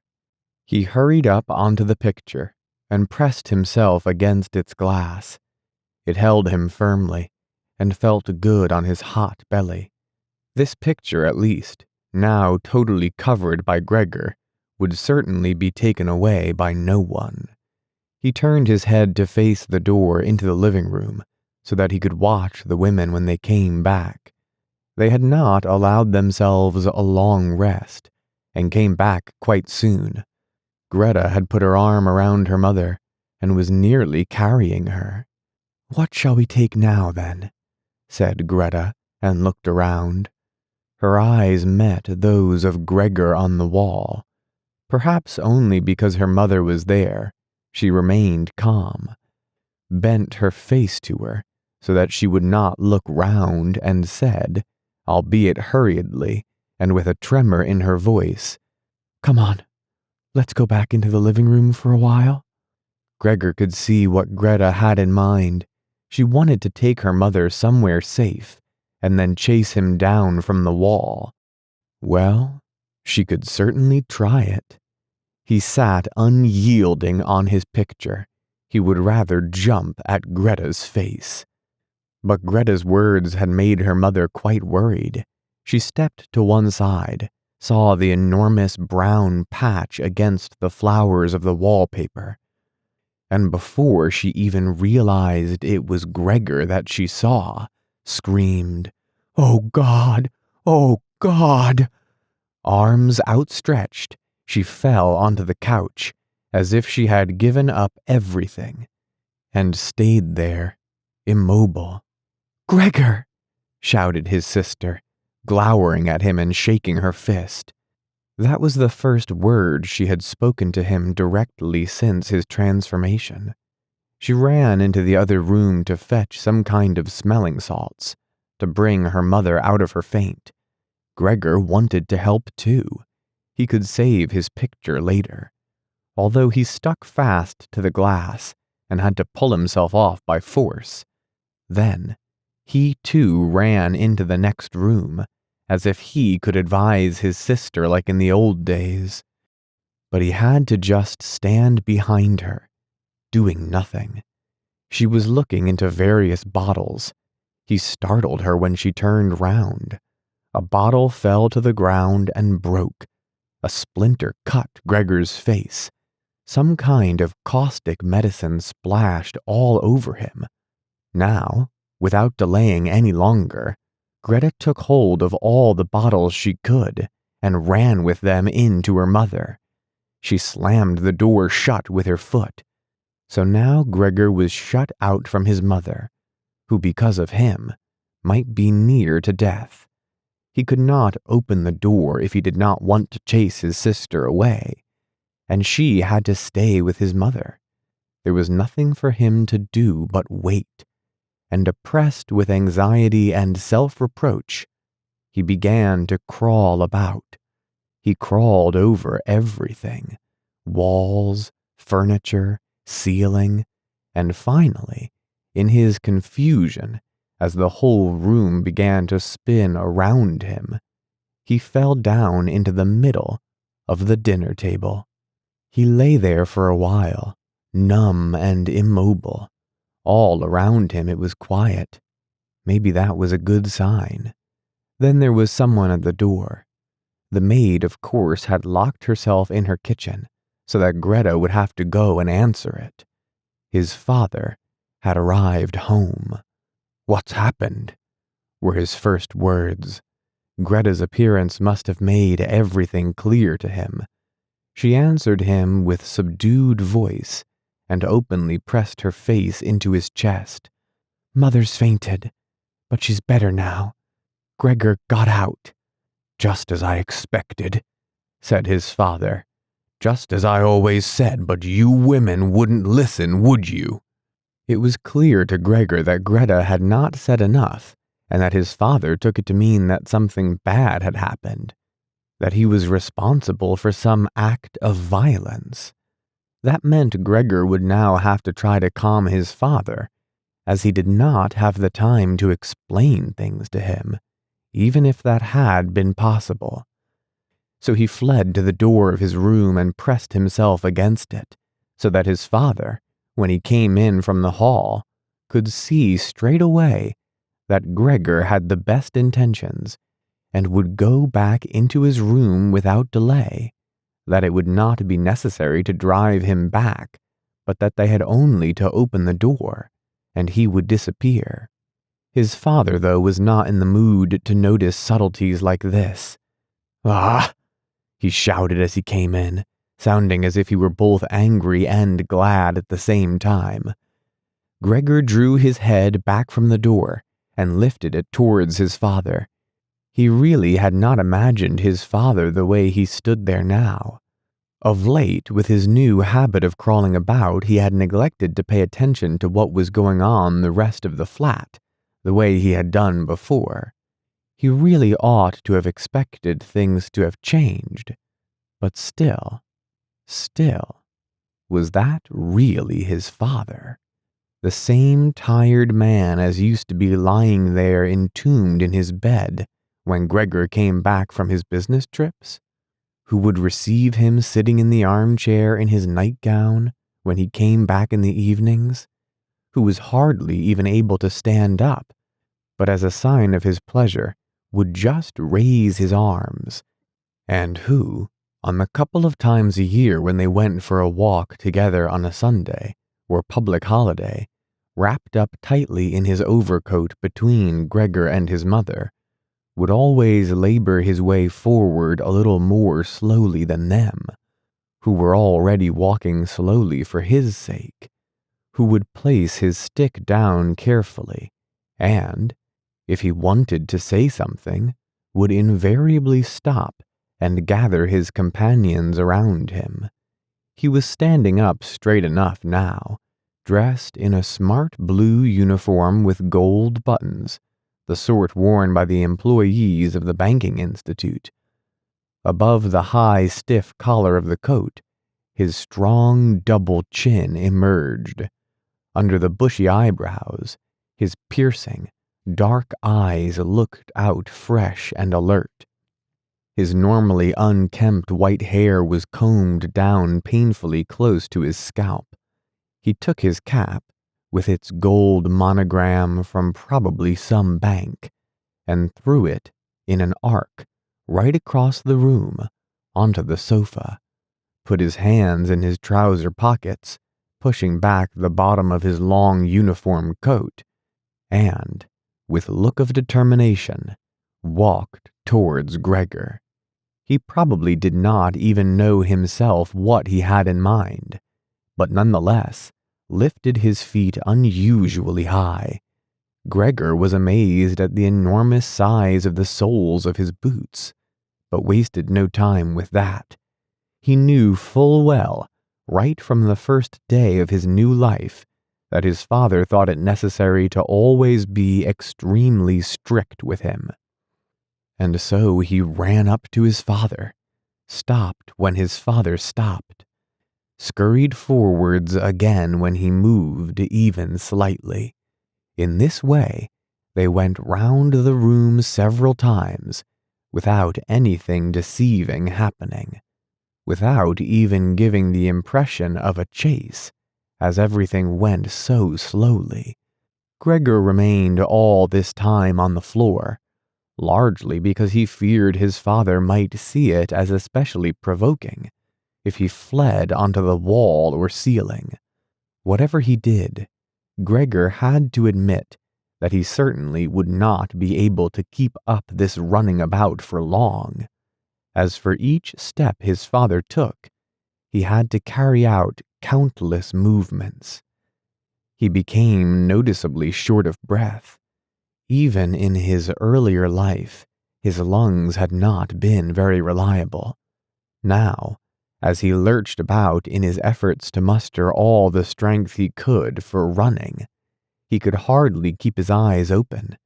His thoughts became too slow for him to think of any other way of saving himself than running. He almost forgot that the walls were there for him to use, although here they were concealed behind carefully carved furniture full of notches and protrusions. Then right beside him, lightly tossed, something flew down and rolled in front of him. It was an apple. Then another one immediately flew at him. Gregor froze in shock. There was no longer any point in running, as his father had decided to bombard him.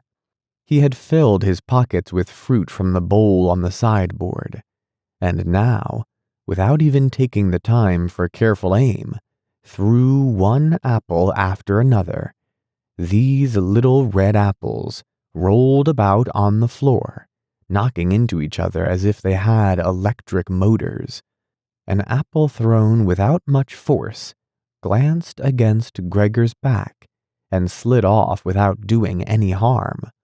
Another one, however, immediately following it, hit squarely and lodged in his back.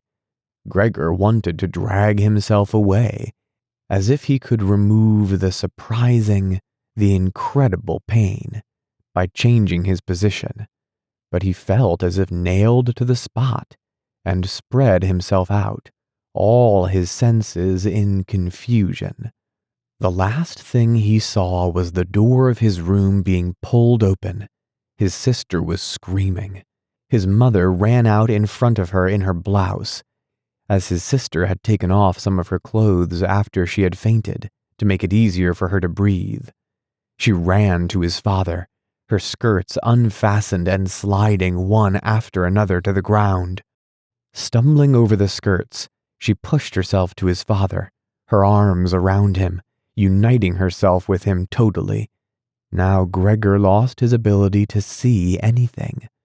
Her hands behind his father's head, begging him to spare Gregor's life. Section 3. No one dared to remove the apple lodged in Gregor's flesh, so it remained there as a visible reminder of his injury. He had suffered it there for more than a month, and his condition seemed serious enough to remind even his father that Gregor, despite his current sad and revolting form, was a family member who could not be treated as an enemy. On the contrary, as a family, there was a duty to swallow any revulsion for him, and to be patient, just to be patient. Because of his injuries, Gregor had lost most of his mobility, probably permanently. He had been reduced to the condition of an ancient invalid, and it took him long minutes to crawl across his room. Crawling over the ceiling was out of the question, but this deterioration in his condition was fully, in his opinion, made up for by the door to the living room being left open every evening. He got into the habit of closely watching it for 1 or 2 hours before it was opened, and then, lying in the darkness of his room, where he could not be seen from the living room, he could watch the family in the light of the dinner table and listen to their conversation, with everyone's permission, in a way, and thus quite differently from before. They no longer held the lively conversations of earlier times, of course, the ones that Gregor always thought about with longing when he was tired and getting into the damp bed in some small hotel room. All of them were usually very quiet nowadays. Soon after dinner, his father would go to sleep in his chair. His mother and sister would urge each other to be quiet. His mother, bent deeply under the lamp, would sew fancy underwear for a fashion shop. His sister, who had taken a sales job, learned shorthand and French in the evenings, so that she might be able to get a better position later on. Sometimes his father would wake up and say to Gregor's mother, "You're doing so much sewing again today," as if he did not know that he had been dozing, and then he would go back to sleep again, while mother and sister would exchange a tired grin. With a kind of stubbornness, Gregor's father refused to take his uniform off even at home. While his nightgown hung unused on its peg, Gregor's father would slumber where he was, fully dressed, as if always ready to serve, and expecting to hear the voice of his superior, even here. The uniform had not been new to start with, but as a result of this, it slowly became even shabbier, despite the efforts of Gregor's mother and sister to look after it. Gregor would often spend the whole evening looking at all the stains on this coat, with its gold buttons always kept polished and shiny, while the old man in it would sleep, highly uncomfortable, but peaceful. As soon as it struck 10, Gregor's mother would speak gently to his father to wake him and try to persuade him to go to bed, as he couldn't sleep properly where he was, and he really had to get his sleep if he was to be up at 6 to get to work. But since he had been in work, he had become more obstinate, and would always insist on staying longer at the table, even though he regularly fell asleep, and it was then harder than ever to persuade him to exchange the chair for his bed. Then, however much mother and sister would importune him with little reproaches and warnings, he would keep slowly shaking his head for a quarter of an hour, with his eyes closed, and refusing to get up. Gregor's mother would tug at his sleeve, whisper endearments into his ear. Gregor's sister would leave her work to help her mother, but nothing would have any effect on him. He would just sink deeper into his chair. Only when the two women took him under the arms, he would abruptly open his eyes, look at them one after the other, and say, "What a life! This is what peace I get in my old age." And supported by the two women, he would lift himself up carefully, as if he were carrying the greatest load himself, let the women take him to the door, send them off, and carry on by himself, while Gregor's mother would throw down her needle and his sister her pen, so that they could run after his father and continue being of help to him. Who in this tired and overworked family would have had time to give more attention to Gregor than was absolutely necessary? The household budget became even smaller, so, now the maid was dismissed, an enormous thick-boned charwoman with white hair that flapped around her head came every morning and evening to do the heaviest work. Everything else was looked after by Gregor's mother, on top of the large amount of sewing work she did.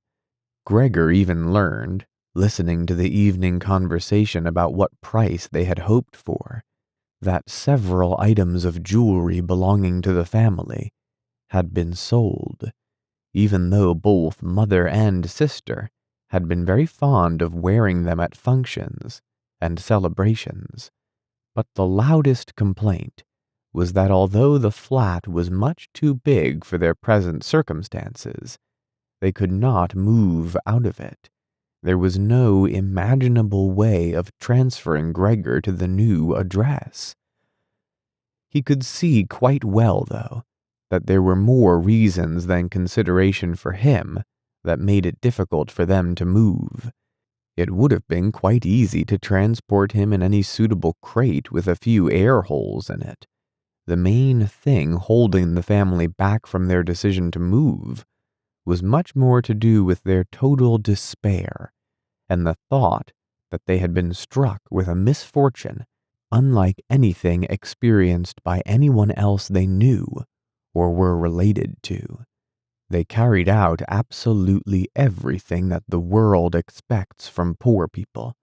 Gregor's father brought bank employees their breakfast. His mother sacrificed herself by washing clothes for strangers. His sister ran back and forth behind her desk at the behest of the customers, but they just did not have the strength to do any more, and the injury in Gregor's back began to hurt as much as when it was new. After they had come back from taking his father to bed, Gregor's mother and sister would now leave their work where it was and sit close together, cheek to cheek. His mother would point to Gregor's room and say, "Close that door, Greta." And then, when he was in the dark again, they would sit in the next room, and their tears would mingle, or they would simply sit there staring dry-eyed at the table. Gregor hardly slept at all, either night or day. Sometimes he would think of taking over the family's affairs, just like before, the next time the door was opened. He had long forgotten about his boss and the chief clerk, but they would appear again in his thoughts. The salesman and the apprentices, that stupid tea-boy, 2 or 3 friends from other businesses, one of the chambermaids from a provincial hotel, a tender memory that appeared and disappeared again, a cashier from a hat shop, for whom his attention had been serious, but too slow. All of them appeared to him, mixed together with strangers and others he had forgotten, but instead of helping him and his family, they were all of them inaccessible, and he was glad when they disappeared. Other times he was not at all in the mood to look after his family. He was filled with simple rage about the lack of attention he was shown, and although he could think of nothing he would have wanted, he made plans of how he could get into the pantry where he could take all the things he was entitled to, even if he was not hungry. Gregor's sister no longer thought about how she could please him, but would hurriedly push some food or other into his room with her foot before she rushed out to work in the morning and at midday, and in the evening she would sweep it away again with the broom, indifferent as to whether it had been eaten or, more often than not, had been left totally untouched. She still cleared up the room in the evening, but now she could not have been any quicker about it. Smears of dirt were left on the walls. Here and there were little balls of dust and filth. At first, Gregor went into one of the worst of these places when his sister arrived, as a reproach to her, but he could have stayed there for weeks without his sister doing anything about it. She could see the dirt as well as he could, but she had simply decided to leave him to it. At the same time, she became touchy in a way that was quite new for her, and which everyone in the family understood. Cleaning up Gregor's room was for her and her alone. Gregor's mother did once thoroughly clean his room, and needed to use several bucketfuls of water to do it, although that much dampness also made Gregor ill, and he lay flat on the couch, bitter and immobile. But his mother was to be punished still more for what she had done, as hardly had his sister arrived home in the evening than she noticed the change in Gregor's room, and highly aggrieved, ran back into the living room, where despite her mother's raised and imploring hands, she broke into convulsive tears. Her father, of course, was startled out of his chair, and the two parents looked on astonished and helpless. Then they too became agitated.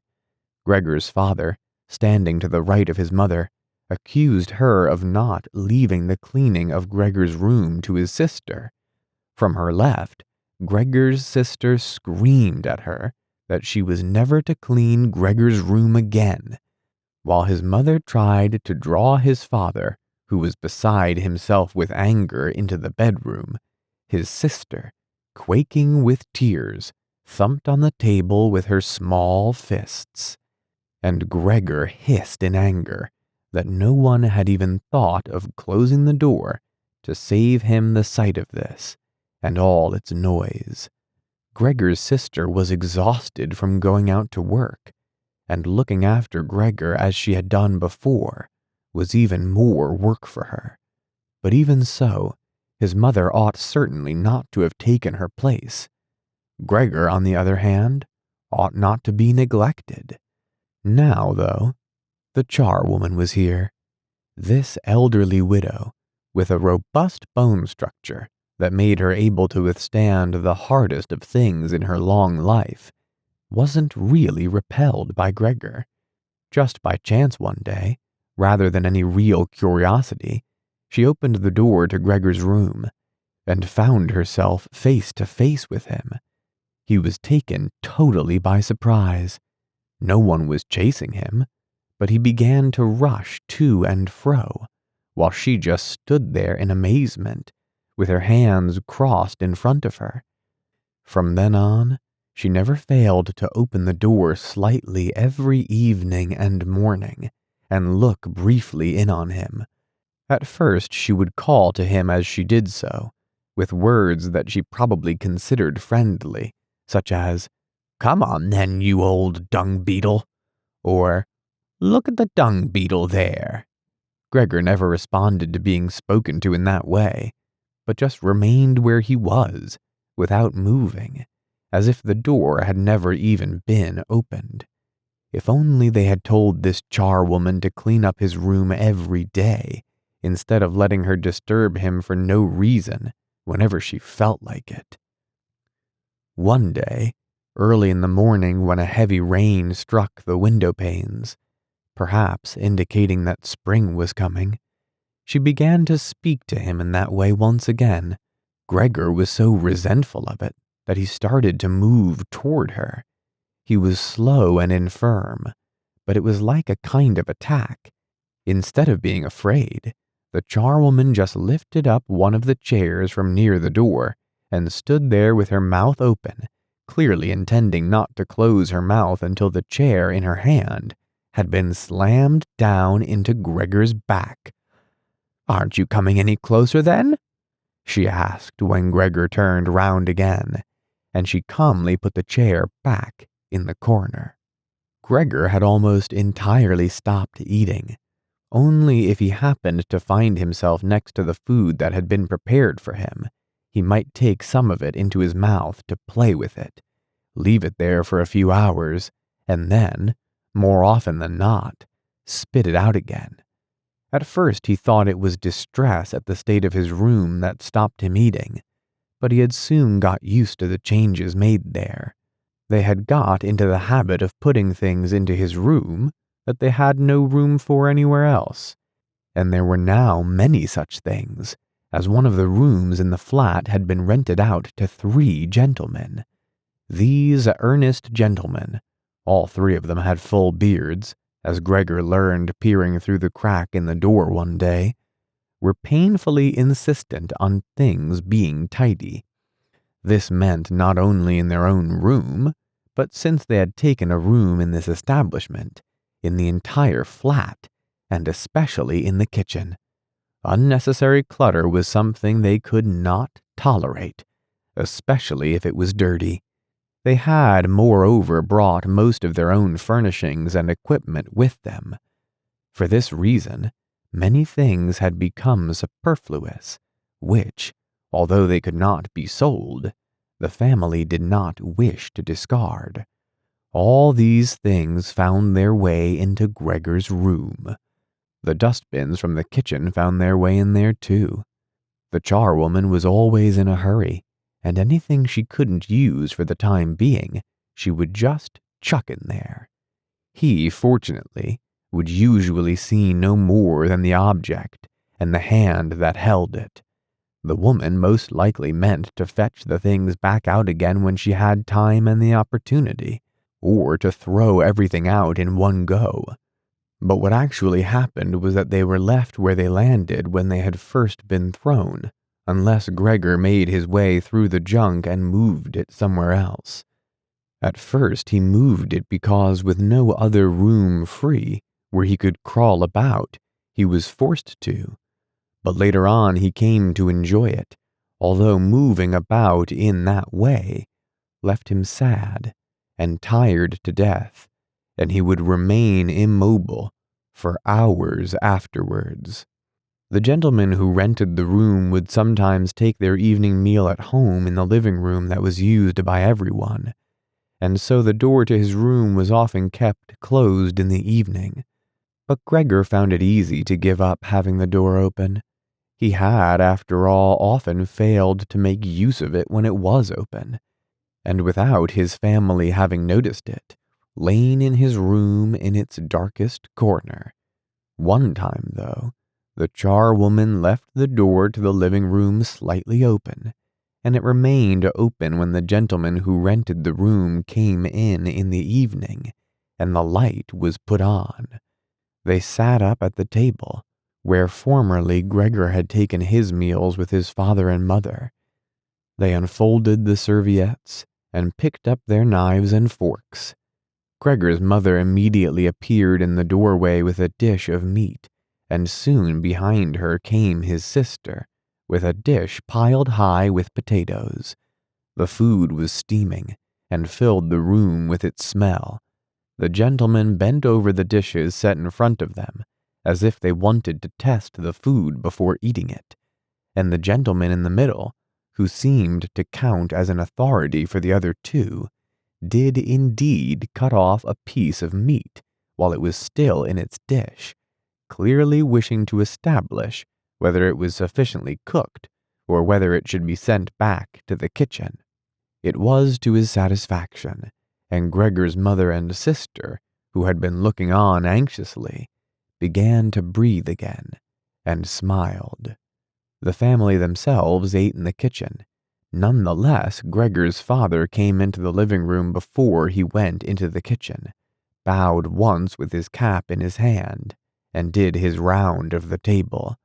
The gentlemen stood as one and mumbled something into their beards. Then, once they were alone, they ate in near perfect silence.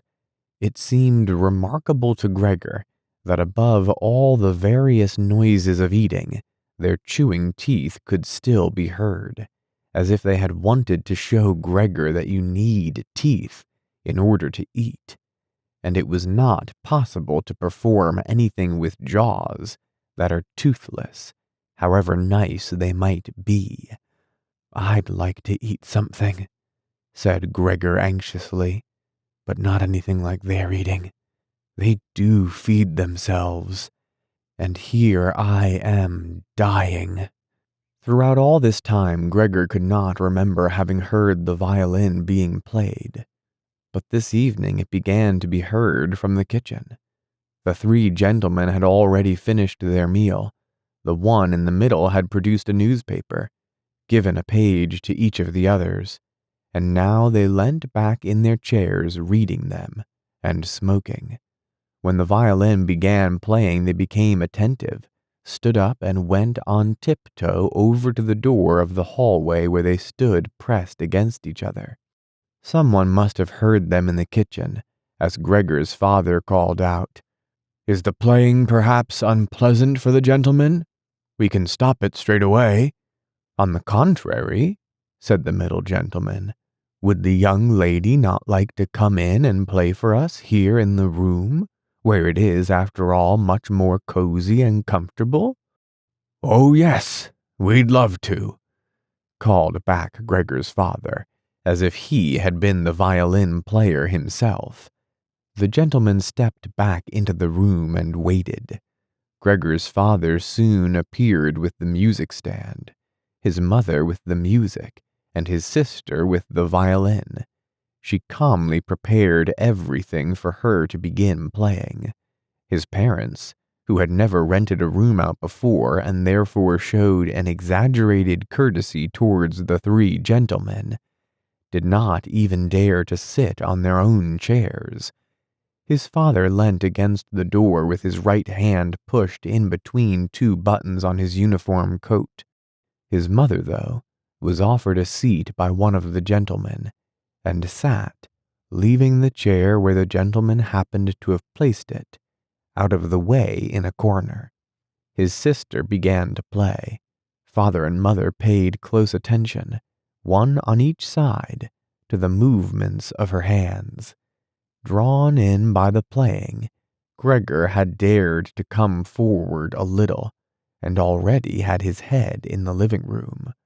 Before, he had taken great pride in how considerate he was, but now it hardly occurred to him that he had become so thoughtless about the others. What's more, there was now all the more reason to keep himself hidden, as he was covered in the dust that lay everywhere in his room, and flew up at the slightest movement. He carried threads, hairs, and remains of food about on his back and sides. He was much too indifferent to everything now to lay on his back and wipe himself on the carpet like he used to do several times a day. And despite this condition, he was not too shy to move forward a little onto the immaculate floor of the living room. No one noticed him, though. The family was totally preoccupied with the violin playing. At first, the three gentlemen had put their hands in their pockets and come up far too close behind the music stand to look at all the notes being played, and they must have disturbed Gregor's sister. But soon, In contrast with the family, they withdrew back to the window with their heads sunk and talking to each other at half volume, and they stayed by the window while Gregor's father observed them anxiously. It really now seemed very obvious that they had expected to hear some beautiful or entertaining violin playing, but had been disappointed, that they had had enough of the whole performance, and it was only now out of politeness that they allowed their peace to be disturbed. It was especially unnerving, the way they all blew the smoke from their cigarettes upward from their mouth and noses. Yet Gregor's sister was playing so beautifully. Her face was leant to one side, following the lines of music with a careful and melancholy expression. Gregor crawled a little further forward, keeping his head close to the ground so that he could meet her eyes if the chance came. Was he an animal, if music could captivate him so? It seemed to him that he was being shown the way to the unknown nourishment he had been yearning for.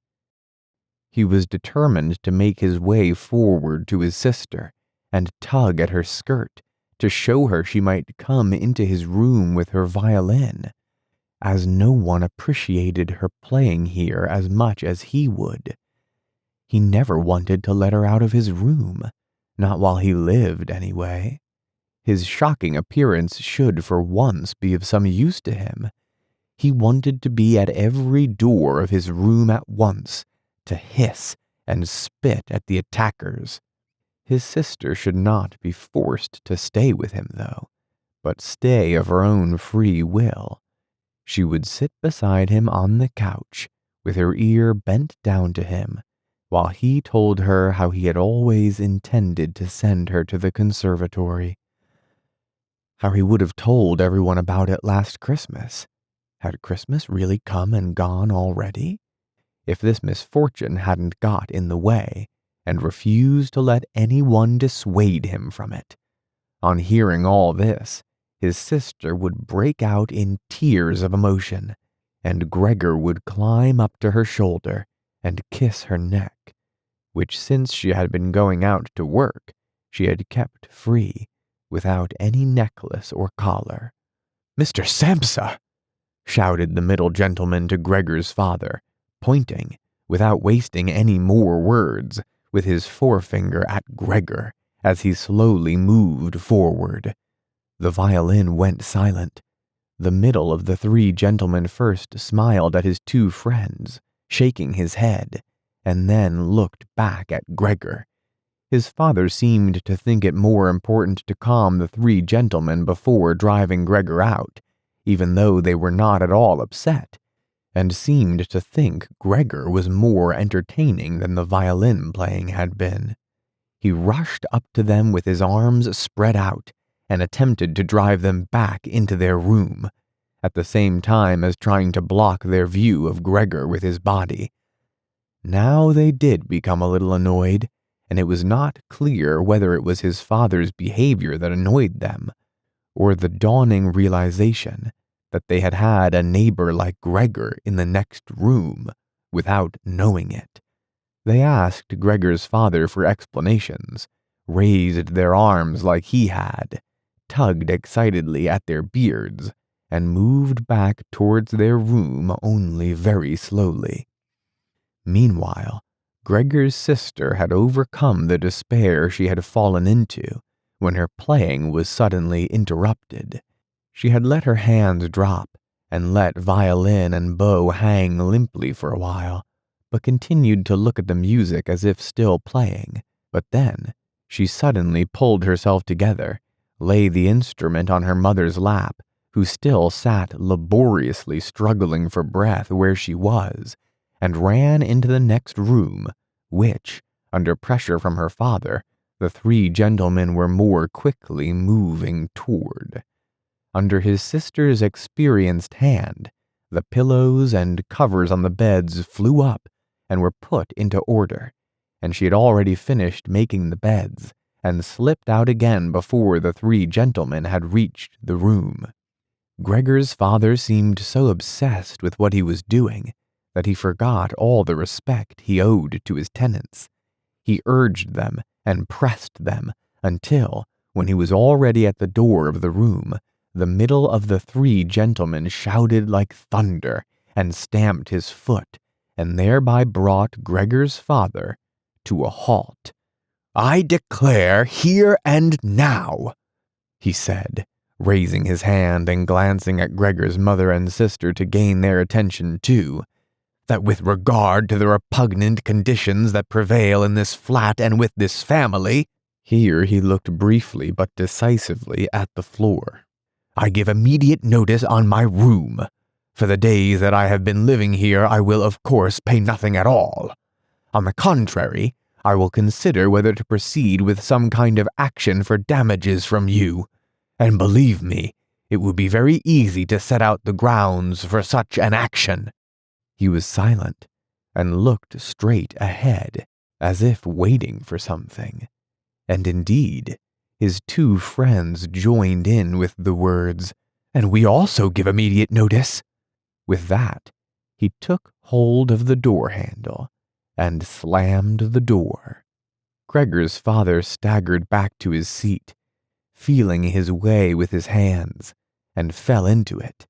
It looked as if he was stretching himself out for his usual evening nap, but from the uncontrolled way his head kept nodding, it could be seen that he was not sleeping at all.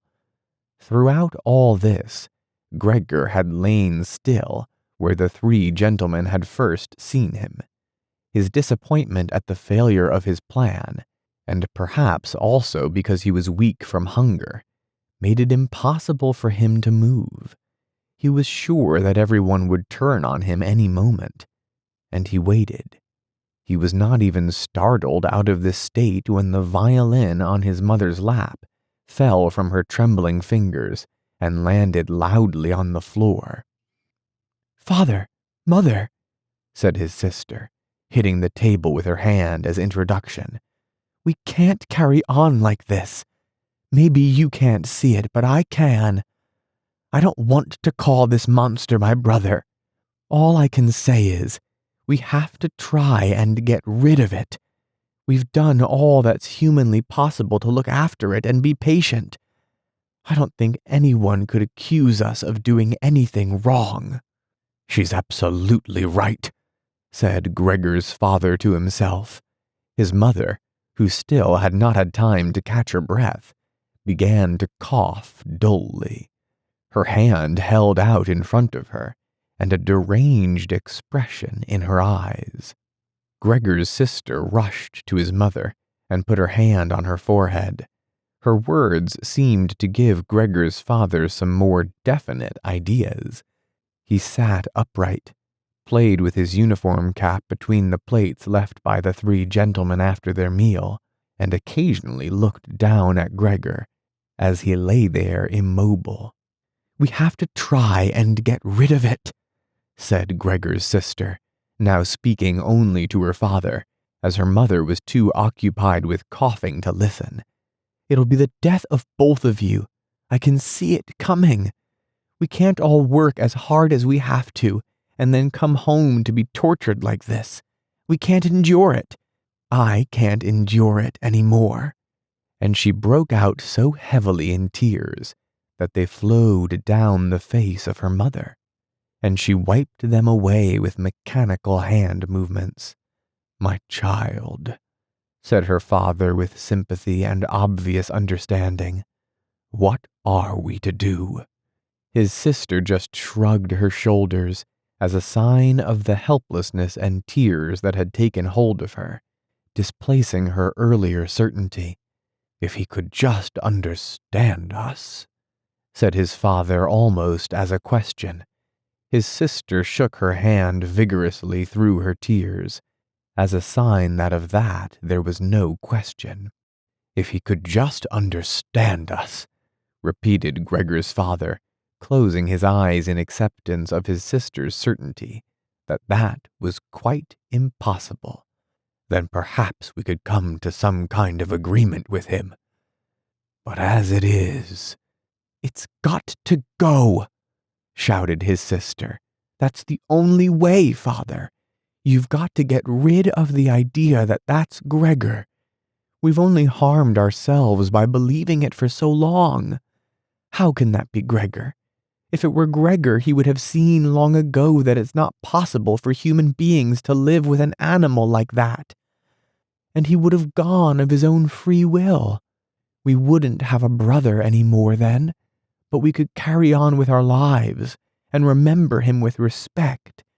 As it is, this animal is persecuting us. It's driven out our tenants. It obviously wants to take over the whole flat and force us to sleep on the streets. Father, look. Just look. She suddenly screamed. He's starting again. In her alarm, which was totally beyond Gregor's comprehension, his sister even abandoned his mother as she pushed herself vigorously out of her chair, as if more willing to sacrifice her own mother than stay anywhere near Gregor. She rushed over to behind her father, who had become excited merely because she was, and stood up, half raising his hands, in front of Gregor's sister, as if to protect her. But Gregor had no intention of frightening anyone, least of all his sister. All he had done was begin to turn round, so that he could go back into his room, although that was in itself quite startling, as his pain-racked condition meant that turning round required a great deal of effort, and he was using his hand to help himself do it, repeatedly raising it and striking it against the floor. He stopped and looked round. They seemed to have realized his good intention and had only been alarmed briefly. Now they all looked at him in unhappy silence. His mother lay in her chair with her legs stretched out and pressed against each other, her eyes nearly closed with exhaustion. His sister sat next to his father with her arms around his neck. Maybe now they'll let me turn round, thought Gregor, and went back to work. He could not help panting loudly with the effort, and had sometimes to stop and take a rest. No one was making him rush any more. Everything was left up to him. As soon as he had finally finished turning round, he began to move straight ahead.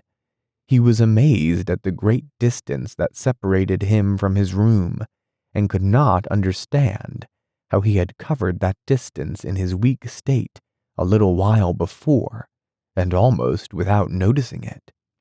He concentrated on crawling as fast as he could, and hardly noticed that there was not a word, not any cry, from his family to distract him. He did not turn his head until he had reached the doorway. He did not turn it all the way round, as he felt his neck becoming stiff, but it was nonetheless enough to see that nothing behind him had changed. Only his sister had stood up. With his last glance, he saw that his mother had now fallen, completely asleep. He was hardly inside his room before the door was hurriedly shut, bolted, and locked. The sudden noise behind Gregor so startled him that his little legs collapsed under him. It was his sister, who had been in so much of a rush. She had been standing there waiting, and sprung forward lightly. Gregor had not heard her coming at all, and as she turned the key in the lock, she said loudly to her parents, "At last!" What now, then? Gregor asked himself as he looked round in the darkness.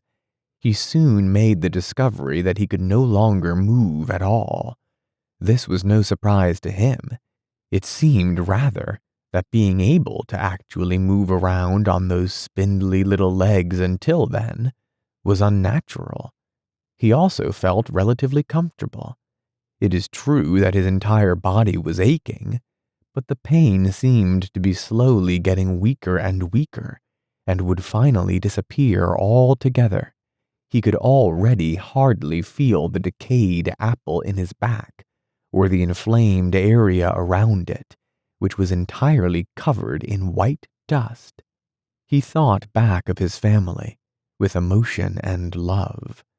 If it was possible, he felt that he must go away even more strongly than his sister. He remained in this state of empty and peaceful rumination until he heard the clock tower strike 3 in the morning. He watched as it slowly began to get light everywhere outside the window, too. Then, without his willing it, his head sank down completely, and his last breath flowed weakly from his nostrils. When the cleaner came in early in the morning, they had often asked her not to keep slamming the doors, but with her strength and in her hurry she still did, so that everyone in the flat knew when she'd arrived, and from then on it was impossible to sleep in peace. She made her usual brief look-in on Gregor, and first found nothing special. She thought he was laying there so still on purpose, playing the martyr. She attributed all possible understanding to him. She happened to be holding the long broom in her hand, so she tried to tickle Gregor with it from the doorway. When she had no success with that, she tried to make a nuisance of herself and poked at him a little, and only when she found she could shove him across the floor with no resistance at all did she start to pay attention. She soon realized what had really happened, opened her eyes wide, whistled to herself, but did not waste time to yank open the bedroom doors and shout loudly into the darkness of the bedrooms, "Come and have a look at this! It's dead! Just lying there, stone dead!" Mr. and Mrs. Samsa sat upright, there in their marriage bed, and had to make an effort to get over the shock caused by the cleaner before they could grasp what she was saying. But then, each from his own side, they hurried out of bed. Mr. Samsa threw the blanket over his shoulders. Mrs. Samsa just came out in her nightdress, and that is how they went into Gregor's room. On the way, they opened the door to the living room, where Greta had been sleeping since the 3 gentlemen had moved in. She was fully dressed, as if she had never been asleep, and the paleness of her face seemed to confirm this. "Dead?" asked Mr. Samsa, looking at the charwoman inquiringly, even though she could have checked for herself and could have known it without checking. "That's what I said," replied the cleaner, and to prove it, she gave Gregor's body another shove with the broom, sending it sideways across the floor. Mr. Samsa made a movement as if she wanted to hold back the broom, but did not complete it. "Now then," said Mr. Samsa, "let's give thanks to God for that." He crossed himself, and the 3 women followed his example. Greta, who had not taken her eyes from the corpse, said, "Just look how thin he was. He didn't eat anything for so long. The food came out again just the same as it went in." Gregor's body was indeed completely dried up and flat. They had not seen it until then, but now he was not lifted up on his little legs, nor did he do anything to make them look away. "Greta, come with us in here for a little while," said Mrs. Samsa with a pained smile, and Greta followed her parents into the bedroom, but not without looking back at the body. The cleaner shut the door and opened the window wide. Although it was still early in the morning, the fresh air had something of warmth mixed in with it. It was already the end of March, after all. The 3 gentlemen stepped out of their room and looked round in amazement for their breakfast. They had been forgotten about. "Where's our breakfast?" the middle gentleman asked the cleaner irritably. She just put her finger on her lips and made a quick and silent sign to the men that they might like to come into Gregor's room. They did so, and stood around Gregor's corpse with their hands in their pockets of their well-worn coats. It was now quite light in the room. Then the door of the bedroom opened, and Mr. Samsa appeared in his uniform, with his wife on one arm and his daughter on the other. All of them had been crying. A little. Greta now and then pressed her face against her father's arm. "Leave my home now," said Mr. Samsa, indicating the door and without letting the women from him. "What do you mean?" asked the middle of the three gentlemen, somewhat disconcerted, and he smiled sweetly. The other two held their hands behind their backs and continually rubbed them together in gleeful anticipation of a loud quarrel which could only end in their favor. "I mean just what I said," answered Mr. Samsa, and with his two companions went in a straight line towards the man. At first he stood there still, looking at the ground as if the contents of his head were rearranging themselves into new positions.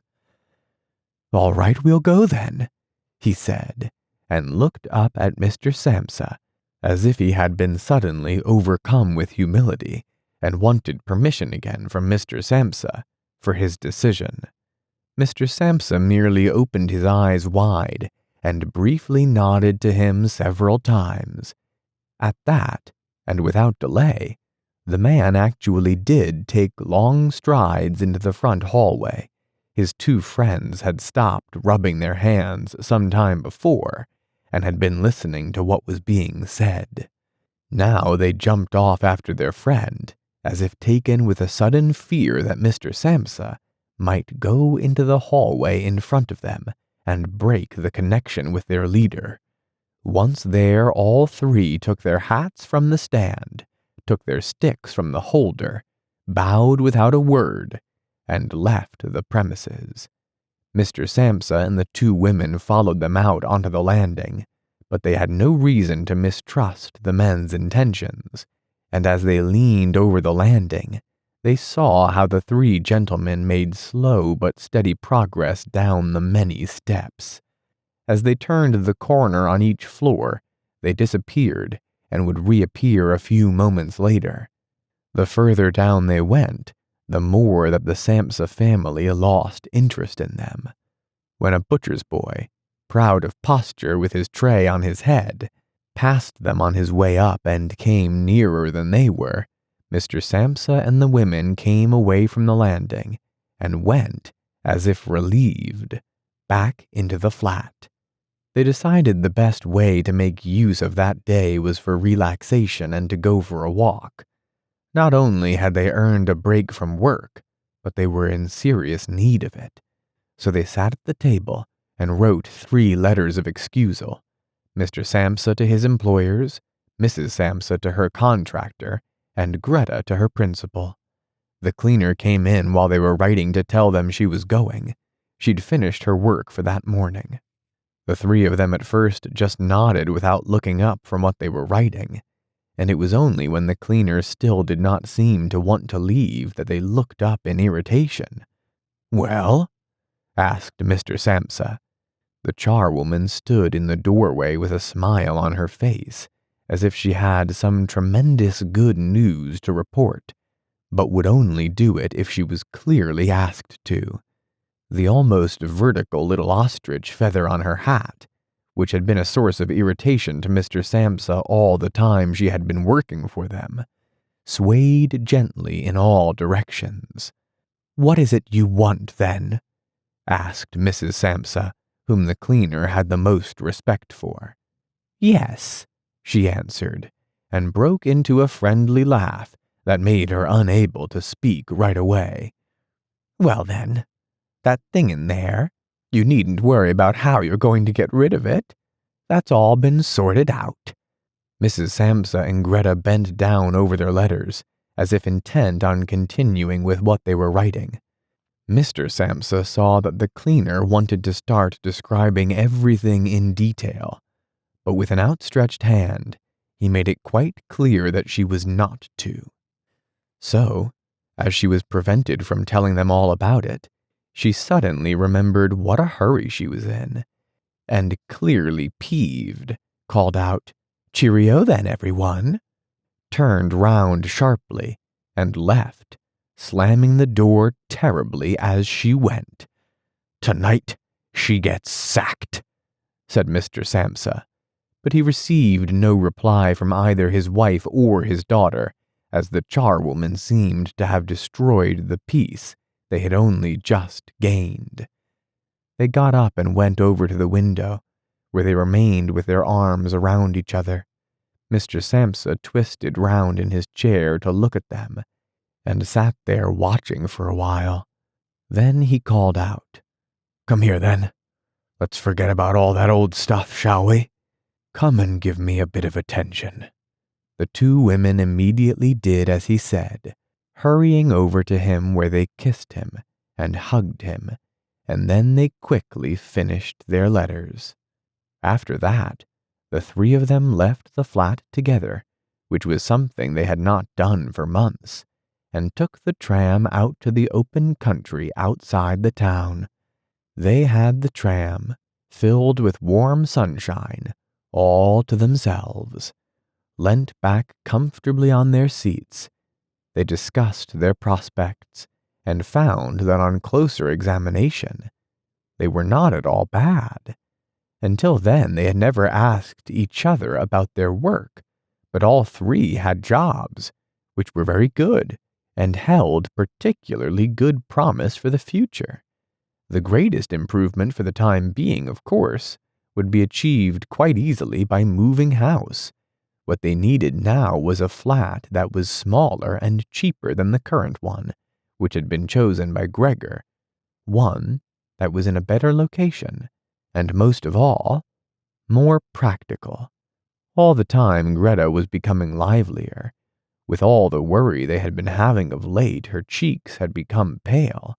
But while they were talking, Mr. and Mrs. Samsa were struck almost simultaneously with the thought of how their daughter was blossoming into a well-built and beautiful young lady.